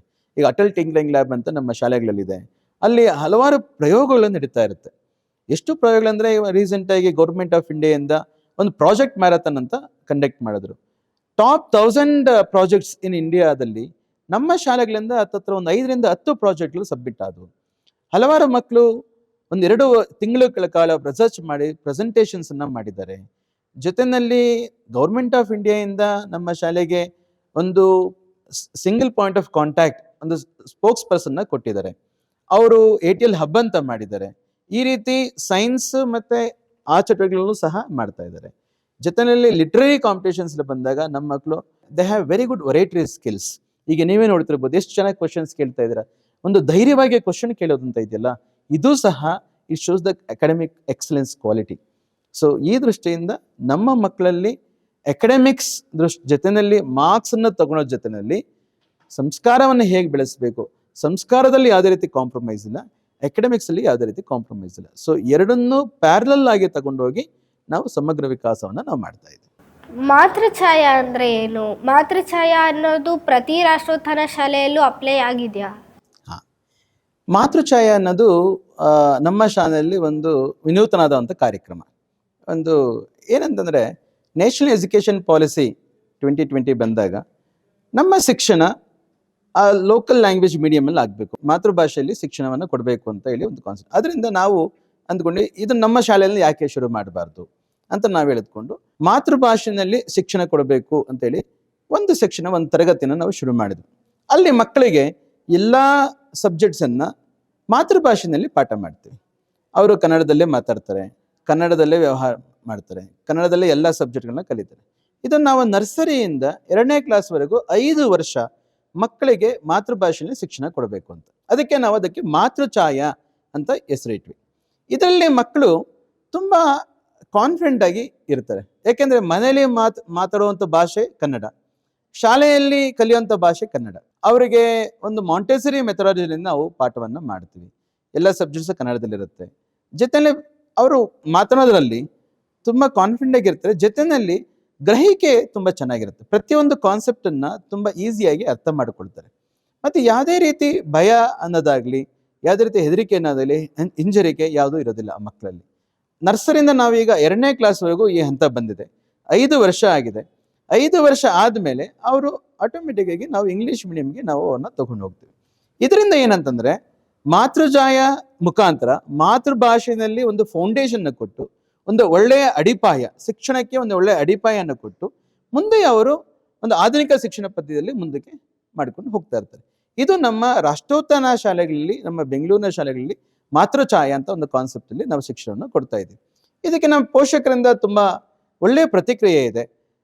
ಪೋಷಕರು ಅವರು ಹಂಚಿಕೊಂಡಾಗ ಹೇಳ್ತಾರೆ, ಮಕ್ಕಳು ಮನೆಯಲ್ಲಿ ತುಂಬ ಚೆನ್ನಾಗಿ ಮಾತಾಡ್ತಾ ಇದ್ದಾರೆ, ಒಳ್ಳೆ ಅರ್ಥಪೂರ್ಣವಾಗಿ ಕನ್ನಡವನ್ನು ತುಂಬ ಸ್ಪಷ್ಟವಾಗಿ ಮಾತಾಡ್ತಾ ಇದ್ದಾರೆ. ಇದು ತುಂಬ ವಿರಳ ಬೆಂಗಳೂರಿನಲ್ಲಿ ಕನ್ನಡವನ್ನು ಸ್ಪಷ್ಟವಾಗಿ ಮಾತಾಡುವಂಥದ್ದು. ಅದು ನಮ್ಮ ಮಾತೃಛಾಯಾ ಮಕ್ಕಳು ಮಾಡ್ತಾ ಇದ್ದಾರೆ. ಅದು ನಮಗೆ ತುಂಬ ಹೆಮ್ಮೆ ಅನಿಸ್ತಾ ಇದೆ. ಅಂದರೆ 5 ವರ್ಷ ಕನ್ನಡದಲ್ಲಿ ಶಿಕ್ಷಣವನ್ನು ಕಲಿತು ಮತ್ತೆ ಆಮೇಲೆ ಇಂಗ್ಲೀಷಿಗೆ ಜಂಪ್ ಆದರೆ ಕಷ್ಟ ಆಗಲ್ವಾ? ಹಾಂ, ಇದು ಕರೆಕ್ಟ್, ನೀವು ಹೇಳೋದು ಕರೆಕ್ಟ್ ಇದೆ. ಆದರೆ ನಾವು ನರ್ಸರಿ ಮತ್ತು LKG UKGನಲ್ಲಿ ಮಕ್ಕಳಿಗೆ ಕನ್ನಡದಲ್ಲೇ ಒಂದು ಒಳ್ಳೆ ಫೌಂಡೇಶನ್ನ ಕೊಡ್ತೀವಿ. ನಾವು ಒಂದು ಪದ್ಧತಿ ಇದೆ, ನಾವು ಯಾವುದೇ ಒಂದು ಭಾಷೆಯನ್ನು ಕಲಿಬೇಕಾದ್ರೆ ಫಸ್ಟ್ ಮಾತೃಭಾಷೆಯನ್ನು ಚೆನ್ನಾಗಿ ಕಲಿಬೇಕು. ಮಾತೃಭಾಷೆ ಬಲ್ಲವನು ಯಾವ ಭಾಷೆಯನ್ನಾದ್ರೂ ಈಸಿಯಾಗಿ ಕಲಿಯಬಲ್ಲ. ಅದರಿಂದ ಮಕ್ಕಳಿಗೆ ಮಾತೃಭಾಷೆ ಚಂದವಾಗಿ ಮಾತಾಡಿದಾಗ ಅವರು ಇಂಗ್ಲೀಷನ್ನು ತುಂಬ ಸರಳವಾಗಿ ಕಲಿಬೋದು. ಜೊತೆಯಲ್ಲಿ ಮಕ್ಕಳಿಗೆ ನಾವು 1ನೇ ಕ್ಲಾಸ್ 2ನೇ ಕ್ಲಾಸ್ ಬಂದ ತಕ್ಷಣ ಅವರಿಗೆ ಟೆಕ್ಸ್ಟ್ ಬುಕ್ಸಲ್ಲಿ ಒಂದು ಸ್ವಲ್ಪ ಇಂಗ್ಲೀಷನ್ನು ನಾವು ಆ್ಯಡ್ ಮಾಡ್ತಾ ಹೋಗ್ತಾ ಇರ್ತೀವಿ. ಅವಾಗ ಅವರಿಗೆ 2ನೇ ಕ್ಲಾಸಿಂದ 3ನೇ ಕ್ಲಾಸಿಗೆ ಹೋಗೋ ಅಷ್ಟೊಳಗೆ ಇಂಗ್ಲೀಷು ತುಂಬ ಕಷ್ಟ ಅಂತ ಅನಿಸಲ್ಲ. ನಮ್ಮ ಮಕ್ಕಳು ನಮಗೆ ಆಶ್ಚರ್ಯ ಆಗೋದಂದರೆ 1ನೇ ಕ್ಲಾಸ್ 2ನೇ ಕ್ಲಾಸ್ ಮಕ್ಕಳು ನಮ್ಮಲ್ಲಿ ಓದ್ತಾರಂಥ ಮಾತೃಛಾಯಾ ಮಕ್ಕಳು ಕನ್ನಡದಲ್ಲೂ ಅಷ್ಟು ಸ್ಪಷ್ಟವಾಗಿ ಮಾತಾಡ್ತಾರೆ, ಇಂಗ್ಲೀಷಲ್ಲೂ ತುಂಬ ಚೆನ್ನಾಗಿ ಮಾತಾಡ್ತಾರೆ, ಹಿಂದಿನಲ್ಲೂ ಮಾತಾಡ್ತಾರೆ, ಸಂಸ್ಕೃತದಲ್ಲೂ ಮಾತಾಡ್ತಾರೆ. ಯಾಕೆಂದ್ರೆ ನಮ್ಮಲ್ಲಿ 1ನೇ ಕ್ಲಾಸಿಂದ 5ನೇ ಕ್ಲಾಸ್ವರೆಗೂ ನಮ್ಮದು 4 ಲ್ಯಾಂಗ್ವೇಜ್ ಪಾಲಿಸಿ, 4 ಭಾಷೆಗಳನ್ನು ನಾವು ಮಕ್ಕಳಿಗೆ ಕಲಿಸ್ತೀವಿ. ಅದು ಇಂಗ್ಲೀಷ್, ಕನ್ನಡ, ಸಂಸ್ಕೃತ ಮತ್ತು ಹಿಂದಿ, 4 ಭಾಷೆಗಳನ್ನ ಕಲಿಸ್ತೀವಿ. ಈ 2ನೇ ಕ್ಲಾಸಿನ ಮಕ್ಕಳು ಏನಿದೆ ಈ 4 ಭಾಷೆಗಳಲ್ಲಿ ತುಂಬ ಸರಳವಾಗಿ ಅವರು ಮಾತನಾಡ್ತಾರೆ. ಇದು ಮಾತೃಛಾಯೆ ಕಾನ್ಸೆಪ್ಟ್ ನಮ್ಮ ರಾಷ್ಟ್ರೋತ್ಥಾನ ಶಾಲೆಗಳಲ್ಲಿ. ಪ್ರಿ-KGಯಿಂದ 12ನೇ ಕ್ಲಾಸ್ ತನಕ ನಮ್ಮ ಶಾಲೆಯಲ್ಲಿ ಪಂಚಮುಖಿ ಶಿಕ್ಷಣ ಅನ್ನೋದಿದೆ. ಆದರೆ ವಿದ್ಯಾರ್ಥಿಗಳು 10th ಎಂಟರ್ ಆದಮೇಲೆ ಅವ್ರ ಹತ್ರ ಒಂದು ಸೀರಿಯಸ್ನೆಸ್ ಬರುತ್ತೆ ಓದೋದು ಅಂತ. ಅಂದರೆ ಪೇರೆಂಟ್ಸ್ಗೂ ಆ ಸೀರಿಯಸ್ನೆಸ್ ಬಂದಿರುತ್ತೆ ದಟ್ ಅವ್ರ ಮಗ ಅಥವಾ ಮಗಳು ಓದೋದ್ರಲ್ಲಿ ಚೆನ್ನಾಗಿ ಮಾಡಬೇಕು ಅಂತ. ವಿದ್ಯಾರ್ಥಿ ಮೇಲೆ ಒಂದು ಪ್ರೆಷರ್ ಅನ್ನೋದು ಇದ್ದೇ ಇರುತ್ತೆ. ಬಟ್ ಸಮಾಜದಿಂದ ಒಂದು ಸ್ವಲ್ಪ ಪ್ರೆಷರ್ ಬಂದೇ ಇರುತ್ತೆ. ಇದು ನನಗೂ ಎಕ್ಸ್ಪೀರಿಯನ್ಸ್ ಆಗಿದೆ. ಹೇಗೆ ಅಂದರೆ ನಾನು ಸಂಜೆ ಆಟ ಆಡೋಕ್ಕೆಲ್ಲ ಹೋದಾಗ ಏನು ಕೇಳ್ತಾರೆ ಅಂದರೆ, ಮತ್ತೆ ಈ ವರ್ಷ 10th ಅಲ್ಲ, ಹೆಂಗೆ ಬರುತ್ತೆ ರಿಸಲ್ಟ್ಸು, 95% ಮೇಲೆ ಬರುತ್ತಾ, ಹೆಂಗೆ ಓದ್ತಿದ್ಯಾ ಅದು ಇದು ಅಂತ.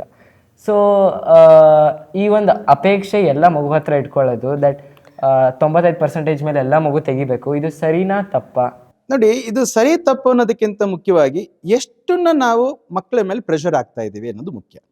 ಯಾಕೆಂದರೆ ಪೋಷಕರಿಗೆ ತನ್ನ ಮಗು 10th ಸ್ಟ್ಯಾಂಡರ್ಡಲ್ಲಿ ಒಳ್ಳೆಯ ಮಾರ್ಕ್ಸ್ ತಗೊಳ್ಬೇಕು ಅನ್ನೋದ್ರಲ್ಲಿ ಯಾವುದೇ ರೀತಿ ತಪ್ಪಿಲ್ಲ. ಯಾಕೆಂತಂದರೆ ಮುಂದಕ್ಕೆ ಆ ಮಾರ್ಕ್ಸಿನ ಮೇಲೆ ಬೇರೆ ಬೇರೆ ನಿರ್ಧಾರ ಆಗಿರುತ್ತೆ. ಆದರೆ ಪೋಷಕರಾಗಲಿ, ಶಿಕ್ಷಕರಾಗಲಿ ಅಥವಾ ವಿದ್ಯಾರ್ಥಿಯೇ ಆಗಲಿ ಮಾರ್ಕ್ಸ್ ಬಗ್ಗೆನೇ ಜಾಸ್ತಿ ಕಾನ್ಸಂಟ್ರೇಷನ್ ಮಾಡಬಾರ್ದು, ಜಾಸ್ತಿ ಪ್ರೆಷರನ್ನು ತಗೋಬಾರ್ದು. ಮಾರ್ಕ್ಸ್ ತಗೊಳೋದ್ರ ಬಗ್ಗೆ ಪ್ಲೆಷರ್ ಇರಬೇಕೇ ಹೊರತು ಪ್ರೆಷರ್ ಇರಬಾರ್ದು. ಇದು ನಾವು ಅರ್ಥಕೋಬೇಕಾಗಿರೋದು. ಆ ಪ್ಲೆಷರ್ನ ತರೋ ದೃಷ್ಟಿಯಿಂದ ನಾವು ಪೋಷಕರಿಗೆ ಹೇಳೋದು, ಮಗುವಿಗೆ ಪ್ರತಿ ದಿವಸ ದೈನಂದಿನ ಕಾರ್ಯಕ್ರಮಗಳು ಮಾಡ್ತಾನೆ ಇರಬೇಕು, ಪೂಜೆಗಳನ್ನು ಮಾಡಬೇಕು, ಜೊತೆಲ್ಲ ಆಟ ಆಡಬೇಕು. ಆಟ ಆಡಿದಾಗ ಏನಾಗುತ್ತೆ, ನಮ್ಗೆ ಒಂದು ಸ್ವಲ್ಪ ರಿಲ್ಯಾಕ್ಸೇಷನ್ ಆಗುತ್ತೆ. ಇಲ್ಲ ಅಂತಂದರೆ ನಾವು ಓದೋದಕ್ಕೆ ಯಾವಾಗಲೂ ಪ್ರೆಷರ್ ಆಗ್ತಾ ಇದ್ದಾಗ ಮಕ್ಕಳಿಗೆ ಅದರ ಬಗ್ಗೆ ಒಂದು ಅಸಡ್ಡೆ ಬರ್ಬೋದು ಮತ್ತು ಬೋರ್ ಆಗ್ಬೋದು. ಅದಕ್ಕೆ ನಾವು ಪೋಷಕರು ಯಾವತ್ತೂ ಜಾಸ್ತಿ ಪ್ರೆಷರ್ ಹಾಕ್ಬೋದು. ನಮ್ಮ ಶಾಲೆಗಳಲ್ಲಿ ನಾವು ಅದನ್ನೇ ಮಾಡೋದು. ಈವನ್ 10th ಸ್ಟ್ಯಾಂಡರ್ಡ್ ಮಕ್ಕಳಿಗೂ ಸಹ ಸ್ಪೋರ್ಟ್ಸ್ ಇದ್ದೇ ಇರುತ್ತೆ. ಅವರು ಸ್ಪೋರ್ಟ್ಸ್ ಡೇನಲ್ಲಿ ಪ್ರಾಕ್ಟೀಸ್ ಮಾಡ್ತಾರೆ. ನಮ್ಮ ಮಕ್ಕಳು 10th ಸ್ಟ್ಯಾಂಡರ್ಡ್ ಮಕ್ಕಳು ನ್ಯಾಷನಲ್ ಲೆವೆಲ್, ಇಂಟರ್ನ್ಯಾಷನಲ್ ಲೆವೆಲ್ಗೂ ಸಹ ಸ್ಪೋರ್ಟ್ಸಲ್ಲಿ ಕಾಂಪಿಟೇಟ್ ಮಾಡ್ತಾ ಇರ್ತಾರೆ. ಈಗ ಸ್ವಿಮ್ಮಿಂಗ್ ಕಾಂಪಿಟೇಷನ್ಸಲ್ಲಿ ಈಗ ಮೊನ್ನೆ ನಮ್ಮದು ನ್ಯಾಷನಲ್ ಲೆವೆಲ್ ಕಾಂಪಿಟೇಷನ್ಸ್ ಆಯಿತು. ಅದರಲ್ಲಿ ನಮ್ಮ ಮಕ್ಕಳನ್ನೇ ಹಲವಾರು ಮಕ್ಕಳು 10th ಸ್ಟ್ಯಾಂಡರ್ಡ್ ಮಕ್ಕಳು ಸಹ ಸ್ವಿಮ್ಮಿಂಗಲ್ಲಿ ಕಾಂಪಿಟೇಷನ್ ಪಾರ್ಟಿಸಿಪೇಟ್ ಮಾಡಿದ್ದಾರೆ. SGFಗೆ ಸೆಲೆಕ್ಟ್ ಆಗಿದ್ದಾರೆ. ಈ ರೀತಿ ಪ್ರತಿಯೊಂದು ಚಟುವಟಿಕೆಯಲ್ಲಿ ನಾವು ಮಾಡ್ತಾ ಮಾರ್ಕ್ಸ್ ಅನ್ನ ತಗೊಳ್ಬೇಕು. So marks are not different from co-curricular activities. We have to gain marks along with excelling in co-curricular activities. ಅವಾಗ ನಮಗೆ ಮಾರ್ಕ್ಸ್ ತಗೊಳೋದ್ರಲ್ಲಿ ಪ್ಲೆಷರ್ ಇರುತ್ತೆ. ಯಾರಾದರೂ ಬೇರೆ ಶಿಕ್ಷಣ ಸಂಸ್ಥೆಯವರು ಬಂದು ನಮ್ಮಲ್ಲೂ ಪಂಚಮುಖಿ ಶಿಕ್ಷಣವನ್ನು ಪಾಲಿಸ್ತೀವಿ, ಸಹಾಯ ಮಾಡಿ ಅಂತ ಕೇಳಿದಾಗ ರಾಷ್ಟ್ರೋತ್ಥಾನದು ಸ್ಪಂದನೆ ಹೇಗಿರುತ್ತೆ? ನೋಡಿ, ನಾವು ರಾಷ್ಟ್ರೋತ್ಥಾನ ವಿದ್ಯಾಕೇಂದ್ರ ನಾವು ಸ್ಥಾಪನೆ ಮಾಡಿದ್ದು ಎಲ್ಲ ಕಡೆ ನಾವೇ ನಮ್ಮ ಶಾಲೆಗಳನ್ನ ಓಪನ್ ಮಾಡಬೇಕು ಅಂತೇನಿಲ್ಲ. ನಮ್ಮ ಶಿಕ್ಷಣ ಪದ್ಧತಿಯನ್ನು ನಾವು ಜಾರಿಗೊಳಿಸಬೇಕು ಅಂತ. ಅದರಿಂದ ನಾವು ಬೇರೆ ಶಾಲೆಗಳಿಗೂ ಸಹ ನಮ್ಮ ಬೇರೆ ಶಾಲೆಯ ಟೀಚರ್ಸ್ಗೆ ನಾವು ಪ್ರಶಿಕ್ಷಣ ಭಾರತಿ ಅಂತ ನಮ್ಮದೊಂದು ಆಯಾಮ ಇದೆ. ಆ ಪ್ರಶಿಕ್ಷಣ ಭಾರತಿ ಮುಖಾಂತರ ನಮ್ಮ ಟೀಚರ್ಸು ಬೇರೆ ಶಾಲೆಯ ಟೀಚರ್ಸ್ಗೆ ಟ್ರೈನಿಂಗನ್ನು ಕೊಡ್ತಾರೆ. ಅದು ಯಾರಾದರೂ ಬೇರೆ ಶಾಲೆಯ ಟೀಚರ್ಸ್ ನಮ್ಮನ್ನ ಅಪ್ರೋಚ್ ಮಾಡಿದಾಗ, ನಿಮ್ಮ ಶಿಕ್ಷಣ ಪದ್ಧತಿ ಏನು ಪಂಚಮುಖಿ ಶಿಕ್ಷಣ ಪದ್ಧತಿ ಅಂತ ಇದೆ, ಇದ್ರ ಬಗ್ಗೆ ನಮ್ಮ ಶಿಕ್ಷಕರಿಗೆ ಒಂದು ಸ್ವಲ್ಪ ತಿಳುವಳಿಕೆ ಕೊಡ್ಬೋದಾ, ಟ್ರೈನಿಂಗ್ ಕೊಡ್ಬೋದಂದ್ರೆ ನಾವು ಅದನ್ನು ಸ್ವಾಗತ ಮಾಡ್ತೀವಿ. ಯಾಕೆಂತಂದರೆ ನಮ್ಮ ಶಿಕ್ಷಣ ಪದ್ಧತಿ ಬೇರೆ ಶಾಲೆಗೆ ಒಪ್ಪಿಕೊಂಡರೆ ನಾವು ಖಂಡಿತ ಅವರಿಗೆ ಟ್ರೈನಿಂಗನ್ನು ಕೊಡ್ತೀವಿ. ಜೊತೆಗೆ ಹ್ಯಾಂಡ್ ಹೋಲ್ಡಿಂಗು ಸಹ ನಾವು ಮಾಡ್ತೀವಿ. ಇದು ನಾವು ಬೇರೆ ಶಾಲೆಗಳು ಆಲ್ರೆಡಿ ಮಾಡ್ತಾ ಇದ್ದೀವಿ. ಇದನ್ನು ಯಾರಾದರೂ ನಮ್ಮನ್ನು ಒಪ್ಪಿಕೊಂಡು ಬರ್ಬೋದು. ಯಾಕೆಂದರೆ ಇಟ್ಸ್ ಎ ಪ್ರೋವನ್ ಕಾನ್ಸೆಪ್ಟ್. ಈ ಪಂಚಮುಖಿ ಶಿಕ್ಷಣ ಮುಖಾಂತರ ಒಂದು ವ್ಯಕ್ತಿಯ ಒಂದು ಮಗುವಿನ ಸರ್ವಾಂಗೀಣ ಅಭಿವೃದ್ಧಿ ಆಗುತ್ತೆ ಅಂತ ನಮಗೆ ಇದೆ. ಅದರಿಂದ ನಾವು ಟ್ರೈನಿಂಗನ್ನು ಕೊಡೋದಕ್ಕೆ ನಾವು ಸಿದ್ಧರಾಗಿದ್ದೇವೆ, ಅದು ನಾವು ಸ್ವಾಗತ ಮಾಡ್ತೀವಿ. ಅದನ್ನು ರಾಷ್ಟ್ರೋತ್ಥಾನ ಶಾಲೆಯಲ್ಲಿ ಬಹಳ ಜೋರಾಗಿ ಹಬ್ಬಗಳನ್ನು ನಾವು ಆಚರಿಸ್ತೀವಿ. ಸೊ ಇದೊಂದು ಹಬ್ಬಗಳು ಆಮೇಲೆ ಅಕಾಡೆಮಿಕ್ಸು, ಇದು ಬ್ಯಾಲೆನ್ಸ್ ಹೆಂಗೆ ಮಾಡ್ತೀರಾ ನೀವು? ನೋಡಿ, ಅಕಾಡೆಮಿಕ್ಸ್ ಜೊತೆನಲ್ಲಿ ನಾವು ಅವಲೇ ಹೇಳ್ದಂಗೆ ಕಲ್ಚರನ್ನು ನಾವು ಮಾಡ್ತಾ ಹೋಗ್ಬೇಕು. ಯಾವಾಗ ಶಾಲೆಯಲ್ಲಿ ಮಕ್ಕಳಿಗೆ ಖುಷಿ ಸಿಗುತ್ತೆ ಅಂತಂದ್ರೆ ಅಕಾಡೆಮಿಕ್ಸ್ ಜೊತೆನಲ್ಲಿ ಮಕ್ಕಳಿಗೆ ಒಂದು ಫೆಸ್ಟಿವಲ್ಸ್ನ ನಾವು ಈವೆಂಟ್ಸ್ನ ಸೆಲೆಬ್ರೇಟ್ ಮಾಡ್ತಾ ಹೋಗ್ತಾ ಇರ್ತೀವಿ. ಅದು ನೀವು ಬಿಗಿನಿಂಗ್ ಇಂದ ನಮ್ಮ ಶಾಲೆಗಳಲ್ಲಿ ಯಾರು ಅಡ್ಮಿಷನ್ ಆದ ತಕ್ಷಣ ವಿದ್ಯಾರಂಭ ಕಾರ್ಯಕ್ರಮದಿಂದ ಶುರು ಮಾಡ್ತೀವಿ. ಮಕ್ಕಳಿಗೆ ಒಂದು ಅಕ್ಷರಾಭ್ಯಾಸವನ್ನು ಮಾಡಿಸ್ತೀವಿ. ಅದು ಬರ್ತಾ ಹಾಗೆ ನಾವು ಲೀಡರ್ಶಿಪ್ ದೃಷ್ಟಿಯಿಂದ ಮಕ್ಕಳಿಗೆ ಎಲೆಕ್ಷನ್ಸ್ ಅನ್ನ ಕಂಡಕ್ಟ್ ಮಾಡ್ತೀವಿ. ಯಾವ ರೀತಿ ಎಲೆಕ್ಷನ್ಸ್ ಅನ್ನ ಆಗುತ್ತೆ, ರೆಗ್ಯುಲರ್ ಎಲೆಕ್ಷನ್ಸ್ ಆಗುತ್ತೆ, ಅದೇ ರೀತಿ ಮಕ್ಕಳಿಗೆ ವೋಟಿಂಗ್ ಪವರ್ ಅನ್ನು ಕೊಡ್ತೀವಿ. ಮಕ್ಕಳು ಹೇಳ್ತಾರೆ, ಅವ್ರ ಪೋಷಕರು ಹೇಳ್ತಾರೆ, ನೀನು ಎಲೆಕ್ಷನ್ ಬಂದಾಗ ನೀನು ಒಂದೇ ವೋಟ್ ಹಾಕೋದು, ನಾನು 5 ಬಾರಿ ವೋಟ್ ಹಾಕ್ತೀನಿ. ಯಾಕೆಂದ್ರೆ ಸ್ಕೂಲ್ ಪ್ರಮುಖಿಗೆ ವೋಟ್ ಹಾಕ್ತೀನಿ, ಸ್ಕೂಲ್ ಕ್ಯಾಪ್ಟನ್ ಆಗಿರ್ಬೋದು, ಸ್ಕೂಲ್ ವೈಸ್ ಕ್ಯಾಪ್ಟನ್ ಆಗಿರ್ಬೋದು, ಹಲವಾರು ಕ್ಯಾಪ್ಟನ್ಸ್ಗೆ ನಾನು ವೋಟ್ ಹಾಕ್ತೀನಿ ಅಂತ ಹೇಳಿ ಮಕ್ಕಳು ಖುಷಿಯಿಂದ ಹೇಳ್ತಾರೆ. ಆ ಲೀಡರ್ಸ್ ಯಾರು ಎಲೆಕ್ಟ್ ಆಗಿರ್ತಾರಲ್ಲ, they will feel that I am a leader and if I become a leader once I am a leader, I am always a leader ಅಂತ ಕಾನ್ಸೆಪ್ಟ್ ಅನ್ನ ನಾವು ಮಕ್ಕಳಲ್ಲಿ ತುಂಬ್ತೀವಿ. ಇದ್ರ ಜೊತೆಯಲ್ಲಿ ಬರ್ತಾ ಎಲ್ಲ ಹಬ್ಬಗಳನ್ನ ನಾವು ಆಚರಣೆ ಮಾಡ್ತೀವಿ. ಈಗ ಏನಾಗ್ತಾ ಇದೆ ಅಂದ್ರೆ ಮಕ್ಕಳಲ್ಲಿ ಸಮಾಜದಲ್ಲಿ ಬೆರೆಯುವಂತ ಹೊಂದಾಣಿಕೆ ಕಮ್ಮಿ ಆಗ್ತಾ ಇದೆ. ಅದರಿಂದ ಶಾಲೆಗಳಲ್ಲಿ ಈ ಗಣೇಶೋತ್ಸವ ಆಗಿರ್ಬೋದು, ಹೇಗೆ ಗಣೇಶೋತ್ಸವನ ಆಚರಣೆ ಮಾಡಬೇಕು, ಬಾಲಗಂಗಾಧರ ತಿಲಕರು ಯಾವ ರೀತಿ ಒಂದು ಕಲ್ಪನೆಯನ್ನ ಮಾಡಿದ್ರು, ಅದೇ ರೀತಿಯಲ್ಲಿ ಒಂದು ಗಣಪತಿ ಹಬ್ಬವನ್ನು ಆಚರಣೆ ಮಾಡ್ತೀವಿ. ಅದು ಕೃಷ್ಣ ಜನ್ಮಾಷ್ಟಮಿ ಆಗಿರ್ಬೋದು, ಹೋಲಿ ಹಬ್ಬ ಆಗಿರ್ಬೋದು, ಪ್ರತಿಯೊಂದು ಹಬ್ಬಗಳನ್ನ ನಾವು ಆಚರಣೆ ಮಾಡ್ತೀವಿ. ಜೊತೆಯಲ್ಲಿ ನಾವೇನು ಮಹಾಪುರುಷರಂತ ನಾವು ಹೇಳ್ತೀವಿ, ಅವರ ಎಲ್ಲ ಜಯಂತಿಗಳನ್ನ ನಾವು ಆಚರಣೆ, ಅವರ ಒಂದು ಪುಣ್ಯ ಸ್ಮರಣೆಯನ್ನು ನಾವು ಮಾಡ್ತೀವಿ. ಮಕ್ಕಳಿಗೆ ಆ ಒಂದು ಜಯಂತಿಯನ್ನು ಆಚರಣೆ ಮಾಡಿದಾಗ, ಅವರ ಒಂದು ಹುಟ್ಟಿದಬ್ಬವನ್ನು ಆಚರಣೆ ಮಾಡಿದಾಗ ಅವರಲ್ಲಿರ್ತಕ್ಕಂಥ ವ್ಯಾಲ್ಯೂಸನ್ನು ನಾವು ಹೇಳ್ತೀವಿ. ಯಾವ ರೀತಿ ಅವರು ಸಮಾಜಕ್ಕೋಸ್ಕರ ತಮ್ಮ ಜೀವನವನ್ನು ಮುಡಿಪಾಗಿಟ್ರು ಅನ್ನೋದ್ರ ಬಗ್ಗೆ ಹೇಳ್ತೀವಿ. ಈ ರೀತಿ ಸಂಸ್ಕಾರ ಅನ್ನೋದು ಒಂದು ಹಬ್ಬಗಳ ಮುಖಾಂತರ ನಾವು ಆಚರಣೆ ಮಾಡುವಂತಕ್ಕಂಥ ಒಂದು ಹುಟ್ಟಿದಬ್ಬದ ದಾರ್ಶನಿಕರ ಹುಟ್ಟಿದಬ್ಬ ಮುಖಾಂತರ ಈ ರೀತಿ ನಾವು ಸಂಸ್ಕಾರ ಭಾಗಗಳನ್ನು ನಾವು ಕೊಡ್ತಾ ಹೋಗ್ತಾ ಇರ್ತೀವಿ. ಇದ್ರ ಜೊತೆಯಲ್ಲಿ ನಮ್ಮದೇ ಆದಂಥ ಒಂದು ಪ್ರಾರ್ಥನೆ, ಇದು ನಾವು ಕುಳಿತುಕೊಂಡು ಪ್ರಾರ್ಥನೆ ಮಾಡುವಂಥದ್ದು. ಅದು ಒಂದು 25 ನಿಮಿಷ ಪ್ರಾರ್ಥನೆ ಮಾಡ್ತಾರೆ. ಆ ಪ್ರಾರ್ಥನೆಯಲ್ಲಿ ಮಕ್ಕಳು ಧ್ಯಾನದಲ್ಲಿ ಕುತ್ಕೊಂಡು ಮಾಡಿದಾಗ ತನ್ನಗೆ ತಾನೇ ಅನುಭವಿಸಬೇಕು. ನಾವೇನು ಆನಂದಮಯ ಕೋಶ ಅಂತ ನಾವು ಅಲ್ಲೇ ಹೇಳಿದೆ, ಅವ್ರಿಗೆ ದೇ ಶುಡ್ ಅಂಡರ್ಸ್ಟ್ಯಾಂಡ್ ಸೆಲ್ಫ್. ಆ ಪ್ರಾರ್ಥನೆ ಮಾಡಬೇಕಾದ್ರೆ they should know their self. ಇದರಿಂದ ಈ ಥರ ದೃಷ್ಟಿಯಿಂದಲೂ ಸಹ ಸಂಸ್ಕಾರ ಬರ್ತಾ ಇದೆ. ಮಕ್ಕಳು ನಮ್ಮ ಶಾಲೆಗೆ ಬರಬೇಕಾದ್ರೆ ಅದು ದೇವಸ್ಥಾನಕ್ಕೆ ಹೇಗೆ ಹೋಗ್ಬೇಕು ನಾವು ಒಂದು ನಮಸ್ಕಾರ ಮಾಡಿ ಹೋಗ್ತೀವಿ, ಆ ರೀತಿ ನಮಸ್ಕಾರ ಮಾಡಿ ನಮ್ಮ ಶಾಲೆಗೆ ಎಂಟ್ರಿ ಆಗ್ತಾರೆ. ಅಂದರೆ ಒಂದು ಶಾಲೆ ಅಂದರೆ ಅದು ದೇವಸ್ಥಾನದ ಒಂದು ರೀತಿಯಲ್ಲಿ. ನಮ್ಮ ಶಾಲೆಯಲ್ಲಿ ಟೀಚರ್ಸ್ಗೆ ನಾವು ಏನಂತ ಬೋಧಿಸ್ತೀವಿ, ನಮಸ್ತೆ ಗುರೂಜಿ, ಮಾತಾಜಿ, ಈ ಥರ ಅವರು ಸಂಬೋಧಿಸ್ತಾರೆ. ಈ ರೀತಿ ಸಂಸ್ಕಾರದ ಭಾಗವನ್ನು ನಾವು ಮಕ್ಕಳಲ್ಲಿ ಒಂದು ಗಟ್ಟಿಯಾಗಿ ನಾವು ಇದು ಮಾಡ್ತೀವಿ. ಶಿಕ್ಷಕರಿಗೆ ಅಲ್ಲದೇನೆ ನಾಳೆ ಬರ್ತಕ್ಕಂಥ ಹಿರಿಯರಿಗೆ, ಪೋಷಕರಿಗೆ ಎಲ್ಲರಿಗೂ ಸಹ ನಾವು ಗೌರವವನ್ನು ಕೊಡಬೇಕು. ಹಿರಿಯರಂದರೆ ನಾವು ಯಾವ ರೀತಿ ಗೌರವ ಕೊಡಬೇಕು ಅನ್ನೋದನ್ನು ನಾವು ಹೇಳಿಕೊಡ್ತೀವಿ. ಈ ರೀತಿ ಸಂಸ್ಕಾರ ಭಾಗವನ್ನು ನಮ್ಮ ಹಬ್ಬದ ಮುಖಾಂತರ, ನಾವು ಜನ್ಮದಿನ ಮುಖಾಂತರ, ಜೊತೆಯಲ್ಲಿ ನಮ್ಮ ಸಂಸ್ಕಾರ ಪದ್ಧತಿಗಳು ಏನಿದೆ ಅದರ ಮುಖಾಂತರ ನಾವು ಬೆಳೆಸ್ಕೊಂತ ಹೋಗ್ತಾ ಇರ್ತೀವಿ. ಈಗ ಬೇರೆ ಶಾಲೆಗಳಲ್ಲೂ ಕೆಲವು ಶಾಲೆಗಳಲ್ಲಿ ಸಂಸ್ಕೃತನ ಒಂದು ಸಬ್ಜೆಕ್ಟ್ ಆಗಿ ತಗೊಂಡಿದ್ದಾರೆ. ರಾಷ್ಟ್ರೋತ್ಥಾನ ಶಾಲೆಯನ್ನು ಶುರು ಮಾಡಬೇಕು ಅಂದಾಗ್ಲೂ ಯಾಕೆ ಸಂಸ್ಕೃತನ ಸಬ್ಜೆಕ್ಟ್ ಆಗಿ ಇಟ್ಕೋಬೇಕು, ಒಂದು ಲ್ಯಾಂಗ್ವೇಜ್ ಆಗಿ ತಗೋಬೇಕು ಅಂತ ಅನ್ನಿಸ್ತು. ನೋಡಿ, ಈ ಮಕ್ಕಳಲ್ಲಿ, ಚಿಕ್ಕ ಮಕ್ಕಳಲ್ಲಿ ಒಂದು ಗ್ರಹಿಕೆ ಶಕ್ತಿ ಜಾಸ್ತಿ ಇರುತ್ತೆ. ಅದರಿಂದ ಹೆಚ್ಚು ಭಾಷೆಗಳನ್ನು ಕಲಿತವನು ಅವನು ಮುಂದಕ್ಕೆ ಒಂದು ಒಳ್ಳೆಯ ವ್ಯಕ್ತಿಯಾಗಿ ನಿರ್ಮಾಣ ಆಗ್ಬೋದು ಅಂತ ನಮ್ದೊಂದು ನಂಬಿಕೆ. ಅದಕ್ಕೆ ನಾವು ಪ್ರೈಮರಿ ಕ್ಲಾಸಸ್ ಅಲ್ಲದೆ 1ನೇ ಕ್ಲಾಸಿಂದ 5ನೇ ಕ್ಲಾಸ್ವರೆಗೂ 4 ಭಾಷೆಗಳಲ್ಲಿ ಅವರು ಕಲಿಬೇಕು. ಅದು ಕನ್ನಡ, ಇಂಗ್ಲಿಷ್, ಹಿಂದಿ ಮತ್ತು ಸಂಸ್ಕೃತ ಯಾಕೆ ಕಡ್ಡಾಯ ಮಾಡಿದ್ದೀವಿ ಅಂತಂದರೆ, ಸಂಸ್ಕೃತ ಅದು ನಮ್ಮ ಭಾಷೆ, ನಮ್ಮ ಪಾರಂಪರಿಕ ಭಾಷೆ, ಅದು ನಮ್ಮ ದೈವ ಭಾಷೆ ಅಂತ ನಾವು ಹೇಳ್ತೀವಿ. ಏಕೆಂದರೆ ನಮ್ಮ ಗ್ರಂಥಗಳು, ನಮ್ಮ ಪುರಾಣಗಳು, ನಮ್ಮ ಸಂಸ್ಕೃತಿ ಹರಿದು ಬರ್ತಾ ಇರೋದೇ ನಮ್ಮ ಸಂಸ್ಕೃತದಿಂದ. ಅದರಿಂದ ನಮ್ಮ ಮಕ್ಕಳು ಸಂಸ್ಕೃತವನ್ನು ಕಲಿಬೇಕು, ಸಂಸ್ಕೃತದಲ್ಲಿ ಸರಳವಾಗಿ ಮಾತಾಡಬೇಕು. ಆಶ್ಚರ್ಯ ಆಗುತ್ತೆ ನಮಗೆ. ಈಗ ಕೆಲವು ಸತಿ ಅಡ್ಮಿಷನ್ಸು ಫಾರಿನಿಂದ ಬರುತ್ತೆ, ಅವರು 3ನೇ ಕ್ಲಾಸಿಗೆ ಬರ್ತಾರೆ, 4ನೇ ಕ್ಲಾಸಿಗೆ ಬರ್ತಾರೆ. ನಾವು ನಮ್ಮಲ್ಲಿ ಕಡ್ಡಾಯವಾಗಿ ಸಂಸ್ಕೃತ ಕಲೀಲೇಬೇಕು ಅಂತ ಇರುತ್ತೆ. ನಮಗೆ ಆಶ್ಚರ್ಯ ಆಗೋದು ಅಂದರೆ ಅವರು ವಿತಿನ್ 2 months ಆ ಮಕ್ಕಳು ಸಂಸ್ಕೃತವನ್ನು ತುಂಬ ಸರಳವಾಗಿ ಕಲಿತಾರೆ. ಅದಕ್ಕೆ ನಾವು ಹೇಳೋದು ಸಂಸ್ಕೃತ ಭಾಷಾ ಸರಳ ಭಾಷಾ ಅಂತ ನಾವು ಹೇಳ್ತೀವಿ. ಸಂಸ್ಕೃತವನ್ನು ಮಾತಾಡಿದವನು, ಸಂಸ್ಕೃತವನ್ನು ಬಲ್ಲವನು, ಅವನು ಯಾವುದೇ ಒಂದು ಸಬ್ಜೆಕ್ಟನ್ನು ತುಂಬ ಸರಳವಾಗಿ ಅರ್ಥ ಮಾಡ್ಕೊಳ್ಬೋದು. ಅದೃಷ್ಟಿಯಿಂದ ನಮ್ಮ ಶಾಲೆಗಳಲ್ಲಿ ಈ 4 ಲ್ಯಾಂಗ್ವೇಜಲ್ಲಿ ಸಂಸ್ಕೃತವನ್ನು ನಾವು ಒಂದು ಭಾಷೆಯನ್ನಾಗಿ ತಗೊಂಡಿದ್ದೀವಿ. ಅದು ಕಡ್ಡಾಯವಾಗಿ ಕಲಿಸ್ತಾ ಇದ್ದೀವಿ. ರಾಷ್ಟ್ರೋತ್ಥಾನ ಶಾಲೆಯಲ್ಲಿ ಮಕ್ಕಳಲ್ಲಿ ವ್ಯಕ್ತಿತ್ವ ನಿರ್ಮಾಣ ಹೆಂಗೆ ಮಾಡ್ತೀರಾ? ನೋಡಿ, ಒಂದು ಮಗುವಿನಲ್ಲಿ ತನ್ನದೇ ಆದಂಥ ಒಂದು ವ್ಯಕ್ತಿತ್ವ ಇರುತ್ತೆ. ವ್ಯಕ್ತಿ ಮತ್ತು ವ್ಯಕ್ತಿತ್ವನ ನಾವು ಬೆಳೆಸಬೇಕು ಅಂತಂದಾಗ ಮಗುವಿನಲ್ಲಿ ಏನೋ ಒಂದು ಕೌಶಲ್ಯ ಜಾಸ್ತಿ ಇದೆ, ಅದನ್ನು ನಾವು ಗುರುತಿಸ್ಬೇಕು. ಅದಕ್ಕೆ ರಾಷ್ಟ್ರೋತ್ಥಾನದಲ್ಲಿ ಕೆಲವು ನಾವು ಆ್ಯಕ್ಟಿವಿಟೀಸನ್ನು ಮಾಡ್ಕೊಂಡಿದ್ದೀವಿ. ಪ್ರತಿಯೊಂದು ಮಗುವಿನಲ್ಲಿ ಏನು ಕೌಶಲ್ಯ ಇದೆ ಅನ್ನೋದು ಗುರುತಿಸಿ ಆ ಮಗುವಿನ ಆ ಒಂದು ಕೌಶಲ್ಯನ ಅಭಿವೃದ್ಧಿ ಮಾಡೋದಕ್ಕೋಸ್ಕರ ನಾವು ಹಲವಾರು ಚಟುವಟಿಕೆಗಳನ್ನು ಮಾಡ್ತಾ ಬರ್ತಾ ಇದ್ದೀವಿ. ಅದರಲ್ಲಿ ಈಗ ಕೆಲವು ಮಕ್ಕಳು ಸೈನ್ಸಲ್ಲಿ ಟ್ಯಾಲೆಂಟ್ ಇರ್ತಾರೆ, ಕೆಲವು ಮಕ್ಕಳು ಸೋಷಲಲ್ಲಿ ಇರ್ತಾರೆ, ಕೆಲವು ಮಕ್ಕಳು ಲಿಟ್ರರಿ ಆ್ಯಕ್ಟಿವಿಟೀಸಲ್ಲಿ ಇರ್ತಾರೆ. ಅದಕ್ಕೆ ನಾವು ಅದನ್ನು ಉತ್ಸವ ಅನ್ನೋ ರೀತಿಯಲ್ಲಿ ಕೆಲವನ್ನು ಆಚರಣೆ ಮಾಡ್ತೀವಿ. ಅದು ಲಿಟ್ರರಿ ಫೆಸ್ಟ್ ಅಂತ ಹೇಳ್ತೀವಿ, ಆಮೇಲೆ ಸೈನ್ಸ್ ಫೆಸ್ಟ್ ಅಂತ ಹೇಳ್ತೀವಿ, ಕಲ್ಚರಲ್ ಫೆಸ್ಟ್ ಅಂತ ಹೇಳ್ತೀವಿ, ಹೆರಿಟೇಜ್ ಫೆಸ್ಟ್ ಅಂತ ನಾವು ಹೇಳ್ತೀವಿ.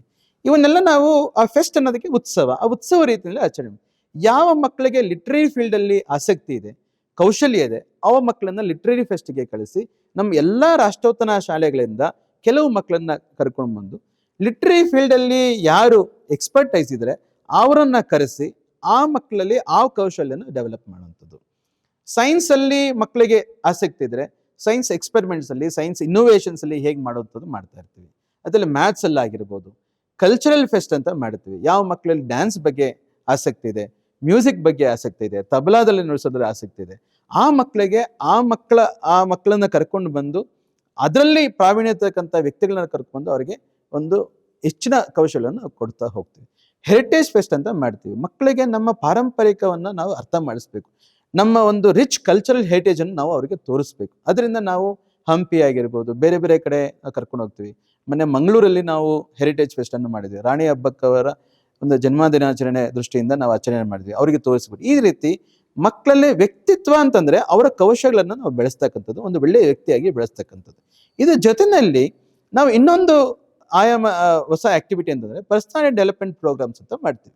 8, 9, 10ನೇ ಕ್ಲಾಸ್ ಮಕ್ಕಳಲ್ಲಿ ಸೆಲೆಕ್ಟೆಡ್ ಮಕ್ಕಳಲ್ಲಿ ರಾಷ್ಟ್ರೋತ್ತನದಿಂದ ಸೆಲೆಕ್ಟೆಡ್ ಮಕ್ಕಳನ್ನ ಕರ್ಕೊಂಡು ಅವರಿಗೆ 3 ವರ್ಷದ ಪರ್ಸನಾಲಿಟಿ ಡೆವಲಪ್ಮೆಂಟ್ ಪ್ರೋಗ್ರಾಮ್ ಅನ್ನ ಮಾಡ್ತೀವಿ. ಇದರ ಉದ್ದೇಶ ಅಂತಂದ್ರೆ 3 ವರ್ಷದ ಪ್ರೋಗ್ರಾಮ್ ಆದ್ಮೇಲೆ ಆ ಮಕ್ಕಳು ಒಂದು ಒಳ್ಳೆಯ ಲೀಡರ್ಸ್ ಆಗಿ, ನಾಯಕರಾಗಿ ಮುಂದೆ ರೂಪುಗೊಳ್ಳಬೇಕು. ನಾವು ಬಿಗಿನಿಂಗ್ನಲ್ಲಿ 8ನೇ ಕ್ಲಾಸ್ 9ನೇ ಕ್ಲಾಸಲ್ಲಿ ಇಲ್ಲೇ ಬೆಂಗಳೂರು ಮತ್ತು ಕರ್ನಾಟಕದಲ್ಲಿ ಮಾಡ್ತಾ ಇರ್ತೀವಿ. ಕೆಲವು ಹೈಯರ್ ಕ್ಲಾಸ್ ಮಕ್ಕಳನ್ನ ನಾವು ಹೊರ ರಾಜ್ಯಗಳಿಗೆ ಕರ್ಕೊಂಡು ಹೋಗ್ತೀವಿ. ಲಾಸ್ಟ್ ಇಯರ್ ನಾವು ಅರುಣಾಚಲ್ ಪ್ರದೇಶಕ್ಕೆ ಕರ್ಕೊಂಡು ಹೋಗ್ತೀವಿ. ಅರುಣಾಚಲ ಪ್ರದೇಶಲ್ಲಿ ಅವರ ಒಂದು ಟ್ರೈಬಲ್ ಏರಿಯಾಸ್ ಮನೆಗಳಲ್ಲೇ ನಾವು ಮಕ್ಕಳನ್ನ ಇರಿಸಿದ್ವಿ, ಯಾವುದೋ ಹೋಟ್ಲಲ್ಲಿ ಇರಿಸಲಿಲ್ಲ. ಆ ಒಂದು ಮನೇಲಿದ್ದು ಮನೆಯ ವಾತಾವರಣ ಅರ್ಥಕೊಂಡು ಮನೆಯವರ ಜೊತೆನೇ ಅವರು ಒಂದು 2-3 ದಿವಸ ಇರಬೇಕು. ಇದ್ರ ಜೊತೆಯಲ್ಲಿ ನಾವು ನಮ್ಮ ಏನು ಸೈನಿಕರು ಗಡಿನಲ್ಲಿ ಯಾವ ರೀತಿ ತಮ್ಮ ಕಷ್ಟಪಡ್ತಾ ಇದ್ದಾರೆ, ಯಾವ ರೀತಿ they are sacrifice in their life, ಅದನ್ನು ಅರ್ಥ ಮಾಡಿಸೋ ದೃಷ್ಟಿಯಿಂದ ಅಲ್ಲಿಗೆ ಕರ್ಕೊಂಡು ಹೋಗಿದ್ವಿ. ಓಕೆ, ಚೈನಾ ಬಾರ್ಡರ್ಗೆ ಕರ್ಕೊಂಡು ಹೋಗಿದ್ವಿ. ಇದ್ರ ಮುಖಾಂತರ ಏನಾಗ್ತಾ ಇದೆ, ಮಕ್ಕಳಲ್ಲಿ ಒಂದು ವ್ಯಕ್ತಿತ್ವ ರೂಪುಗೊಳ್ಳುತ್ತಾ ಇದೆ. ಅದು ಸಬ್ಜೆಕ್ಟ್ ಅಲ್ಲಿ ಆಗಿರ್ಬೋದು, ಅಥವಾ ದೇಶಕ್ಕೋಸ್ಕರ ಅಥವಾ ಸಮಾಜಕ್ಕೋಸ್ಕರ ನಾನೇನು ಕೊಡಬಲ್ಲೆ, ನನ್ನ ವ್ಯಕ್ತಿತ್ವನ ಹೇಗೆ ರೂಪಿಸಿಕೊಳ್ಳಬಲ್ಲೆ ಅನ್ನೋ ದೃಷ್ಟಿಯಿಂದ we are moulding their personality. ಇದಕ್ಕೆ ನಾವು ಪರ್ಸನಾಲಿಟಿ ಡೆವಲಪ್ಮೆಂಟ್ ಪ್ರೋಗ್ರಾಮ್ಸ್ ಅಂತ ಹೇಳ್ತೀವಿ. ಅದಕ್ಕೆ ಶಾಲೆಗಳಲ್ಲಿ, ರಾಷ್ಟ್ರೋತ್ತನ ಶಾಲೆಗಳಲ್ಲಿ ಸಂಸ್ಕಾರ, ಅಕಾಡೆಮಿಕ್ ಎಕ್ಸಲೆನ್ಸ್ ಮತ್ತು ವ್ಯಕ್ತಿತ್ವ ನಿರ್ಮಾಣ, ನಮ್ಮ ಉದ್ದೇಶನೇ ಅದು. ವ್ಯಕ್ತಿತ್ವ ನಿರ್ಮಾಣ, ಮಕ್ಕಳಲ್ಲಿ ಒಂದು ವ್ಯಕ್ತಿತ್ವನ ನಿರ್ಮಾಣ ಮಾಡಬೇಕು. ಈ ರೀತಿ ಹಲವಾರು ಚಟುವಟಿಕೆಗಳನ್ನು ನಾವು ಮಾಡ್ತಾ ಬರ್ತೀವಿ. ರಾಷ್ಟ್ರೋತ್ಥಾನ ಶಾಲೆಗೆ ಇಷ್ಟು ವರ್ಷ ಆಗಿದೆ, ಈಗ ಇದರಲ್ಲಿ ಮಕ್ಕಳಿಂದ ಬೆಳವಣಿಗೆ ಹೆಂಗಾಗ್ತಿದೆ ನೋಡಿ. ಈಗ ನಾವು ಬಿಗಿನಿಂಗಿಂದ ನಾನು ನಿಮಗೆ ಹೇಳ್ತಾ ಬರ್ತಾ ಇದ್ದೆ. ಈಗ ನೀನು ಸಹ ಒಂದು ಶಾಲಾ ಪ್ರಮುಖ ಆಗಿದ್ಯಾ, ಲಹರಿ ಒಂದು ಶ್ರೀನಗರ ಸ್ಕೂಲಲ್ಲಿ ಒಂದು ಲೀಡರ್ ಆಗಿ ಪ್ರಮುಖ ಆಗಿದ್ದಾಳೆ. ನಾವು ಮಕ್ಕಳ ಬೆಳವಣಿಗೆ ಹೇಗಾಗ್ತಾ ಬರ್ತಾ ಇದೆ ಅಂದರೆ, ಅವರು ಹೊರಗಡೆ ಹೋದಾಗ್ಲೂ ಮತ್ತೆ ಶಾಲೆಯಲ್ಲಿ ಇದ್ದಾಗ್ಲೇ ಅವರ ಒಂದು ಅವರ ವ್ಯಕ್ತಿತ್ವದಲ್ಲಿ ಏನು ಬರ್ತಾ ಇದೆ ಅನ್ನೋದು ನಮಗೆ ಗೊತ್ತೆ. ಜೊತೆಯಲ್ಲಿ ನಮ್ಮ ಶಾಲೆಯಲ್ಲಿ ಮಕ್ಕಳು ಅವರು ಬೇರೆ ಬೇರೆ ಕಾಂಪಿಟೇಷನ್ ಯಾವ ಥರ ಅಚೀವ್ಮೆಂಟ್ ಮಾಡ್ತಾ ಇದ್ದಾರೆ. ಈಗ ನಮ್ಮ ಶಾಲೆಗಳೇ ತನಿಸುಂದರ ಶಾಲೆ ಆಗಿರ್ಬೋದು, ಬನಶಂಕರಿ ಶಾಲೆ ಆಗಿರ್ಬೋದು, ಎಲ್ಲಿ ಸ್ವಿಮ್ಮಿಂಗ್ ಪೂಲ್ ಇದೆ, ಮಕ್ಕಳು ಬೇರೆ ಬೇರೆ ಅಚೀವ್ಮೆಂಟ್ಸ್ ಮಾಡಿ ನಮ್ಮ ದೇಶವನ್ನ ಇಂಟರ್ನ್ಯಾಷನಲ್ ಇದರಲ್ಲಿ ರಿಪ್ರೆಸೆಂಟ್ ಮಾಡ್ತಾ ಇದ್ದಾರೆ. ರುಜುಲಾ ಅಂತ ಒಂದು ಹುಡುಗಿ ಖೇಲೋ ಇಂಡಿಯಾದಲ್ಲಿ ಪಾರ್ಟಿಸಿಪೇಟ್ ಮಾಡಿ she is an international swimmer. ಜೊತೆಯಲ್ಲಿ ಯೋಗ ಮುಖಾಂತರ ಮೊನ್ನೆ ಒಂದು ಹುಡುಗ ಏಷ್ಯನ್ ಯೋಗ ಕಾಂಪಿಟೇಷನ್ನಲ್ಲಿ ಭಾರತವನ್ನು ರಿಪ್ರೆಸೆಂಟ್ ಮಾಡಿದ್ದ. ಇದು ಜೊತೆಯಲ್ಲಿ ಹಲವಾರು ಸ್ಪೋರ್ಟ್ಸಲ್ಲಿ, ಹಲವಾರು ಗೇಮ್ಸ್ಗಳಲ್ಲಿ ನಮ್ಮ ಮಕ್ಕಳು ನ್ಯಾಷನಲ್ ಲೆವೆಲ್ ಮತ್ತು SGFI ಲೆವೆಲ್ಗೆ ಸೆಲೆಕ್ಟ್ ಆಗ್ತಾ ಇದ್ದಾರೆ. ಇದ್ರ ಜೊತೆಯಲ್ಲಿ ನಾವು ನಮ್ಮ ಏನು ಅವಲೇ ಹೇಳ್ದಂಗೆ ಒಂದು ಪ್ರಯೋಗ ಅಂತ ಒಂದು ಲ್ಯಾಬ್, ಇದರಲ್ಲಿ ಮಕ್ಕಳು ಹೋಗಿ ಪೇಪರ್ನ ಪ್ರೆಸೆಂಟ್ ಮಾಡ್ತಾ ಇದ್ದಾರೆ. 9, 10ನೇ ಕ್ಲಾಸ್ ಮಕ್ಕಳು 2 ತಿಂಗಳು ರಿಸರ್ಚ್ ಮಾಡಿ ಪೇಪರ್ ಪ್ರೆಸೆಂಟ್ ಮಾಡ್ತಾ ಇದ್ದಾರೆ ಅಂದರೆ it is a great achievement. So ಈ ರೀತಿಯಲ್ಲಿ ಸೈನ್ಸ್ ಆ್ಯಂಡ್ ಟೆಕ್ನಾಲಜಿನಲ್ಲೂ ಸಹ ಅಚೀವ್ಮೆಂಟ್ ಮಾಡ್ತಾ ಇದ್ದಾರೆ, ಮತ್ತು ಸ್ಪೋರ್ಟ್ಸಲ್ಲೂ ಸಹ ಅಚೀವ್ಮೆಂಟ್ ಮಾಡ್ತಾ ಇದ್ದಾರೆ. ಇನ್ನು ನಾವು ಬೇರೆ ಚಟುವಟಿಕೆಗಳು ಬಂದಾಗ ನಾವು ಸ್ಪಿಕ್ ಮೆಕೆ ಅಂತ ಒಂದು ಆರ್ಗನೈಸೇಷನ್ ಇದು ಮಾಡಿಕೊಂಡು ಕರಿಕ್ಯುಲರ್ ಆಕ್ಟಿವಿಟೀಸಲ್ಲಿ, ಅದು ಡ್ಯಾನ್ಸಲ್ಲಿ ಆಗಿರ್ಬೋದು, ಮ್ಯೂಸಿಕಲ್ ಆಗಿರ್ಬೋದು, ಅದರಲ್ಲೂ ಸಹ ಮಕ್ಕಳು ಅಚೀವ್ಮೆಂಟ್ ಮಾಡ್ತಾ ಇದ್ದಾರೆ, ಮುಂದಕ್ಕೆ ಹೋಗ್ತಾ ಇದ್ದಾರೆ. ಸೊ ಈ ರೀತಿ ಪ್ರತಿಯೊಂದು ಆಮದಲ್ಲಿ ಮಕ್ಕಳು ಕಾಂಟ್ರಿಬ್ಯೂಷನ್ ಮಾಡ್ತಾ ಇದ್ದಾರೆ ಮತ್ತು ಮುಂದೆ ಬೆಳವಣಿಗೆ ಆಗ್ತಾನೇ ಇರ್ತಾರೆ. And they will become leaders and they will become legends in the profession whichever they go. Guruji, ಕೊನೆಯದಾಗಿ ರಾಷ್ಟ್ರೋತ್ಥಾನ ವಿದ್ಯಾಕೇಂದ್ರದ ಮುಂದಿನ ಯೋಜನೆಗಳೇನು?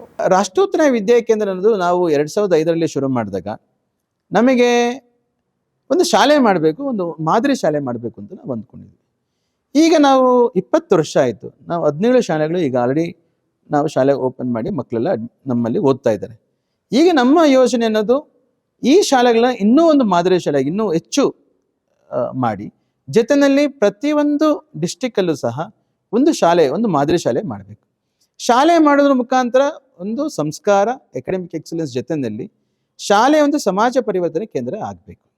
ಈ ದೃಷ್ಟಿಯಿಂದ ರಾಷ್ಟ್ರೋತ್ಥಾನ ವಿದ್ಯಾಕೇಂದ್ರ ಮುಂದಿನ ಒಂದು ಯೋಜನೆಗಳು ಪ್ರತಿಯೊಂದು ಡಿಸ್ಟಿಕ್ಕಲ್ಲಿ ಒಂದು ಶಾಲೆ, ಶಾಲೆಯ ಮುಖಾಂತರ ಸಮಾಜ ಪರಿವರ್ತನೆ, ಆ ಶಾಲೆಯಿಂದ ಮಕ್ಕಳಲ್ಲಿ ವ್ಯಕ್ತಿತ್ವ ವಿಕಸನ ಮಾಡೋದು, ಸಮಾಜಕ್ಕೆ ಅವ್ರನ್ನ ನಾವು ಕೊಡುಗೆಯಾಗಿ ಕೊಡುವಂಥದ್ದು, ಇದು ನಮ್ಮ ಮುಂದಿನ ಯೋಜನೆಗಳು. ಜೊತೆಯಲ್ಲಿ ಶಿಕ್ಷಣ ಪದ್ಧತಿನಲ್ಲಿ ಇನ್ನೂ ಹಲವಾರು ಚಟುವಟಿಕೆಗಳನ್ನು ನಾವು ರೂಪಿಸಬೇಕು. ನಾವೇ ಒಂದು ಟೀಚಿಂಗ್ ಲರ್ನಿಂಗ್ ಮೆಟೀರಿಯಲ್ಸ್ ಮಾಡಬೇಕು.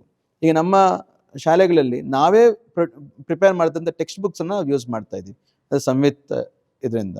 ಸೊ ಈ ರೀತಿ ಯೋಜನೆಗಳನ್ನು ನಾವು ಹಾಕ್ಕೊಂಡಿದ್ದೀವಿ. ಇದ್ರ ದೃಷ್ಟಿಯಿಂದ ನಾವು ಪ್ಲಾನಿಂಗನ್ನು ಮಾಡಿ ಮುಂದೆ ಹೋಗ್ತಾ ಇದ್ದೀವಿ.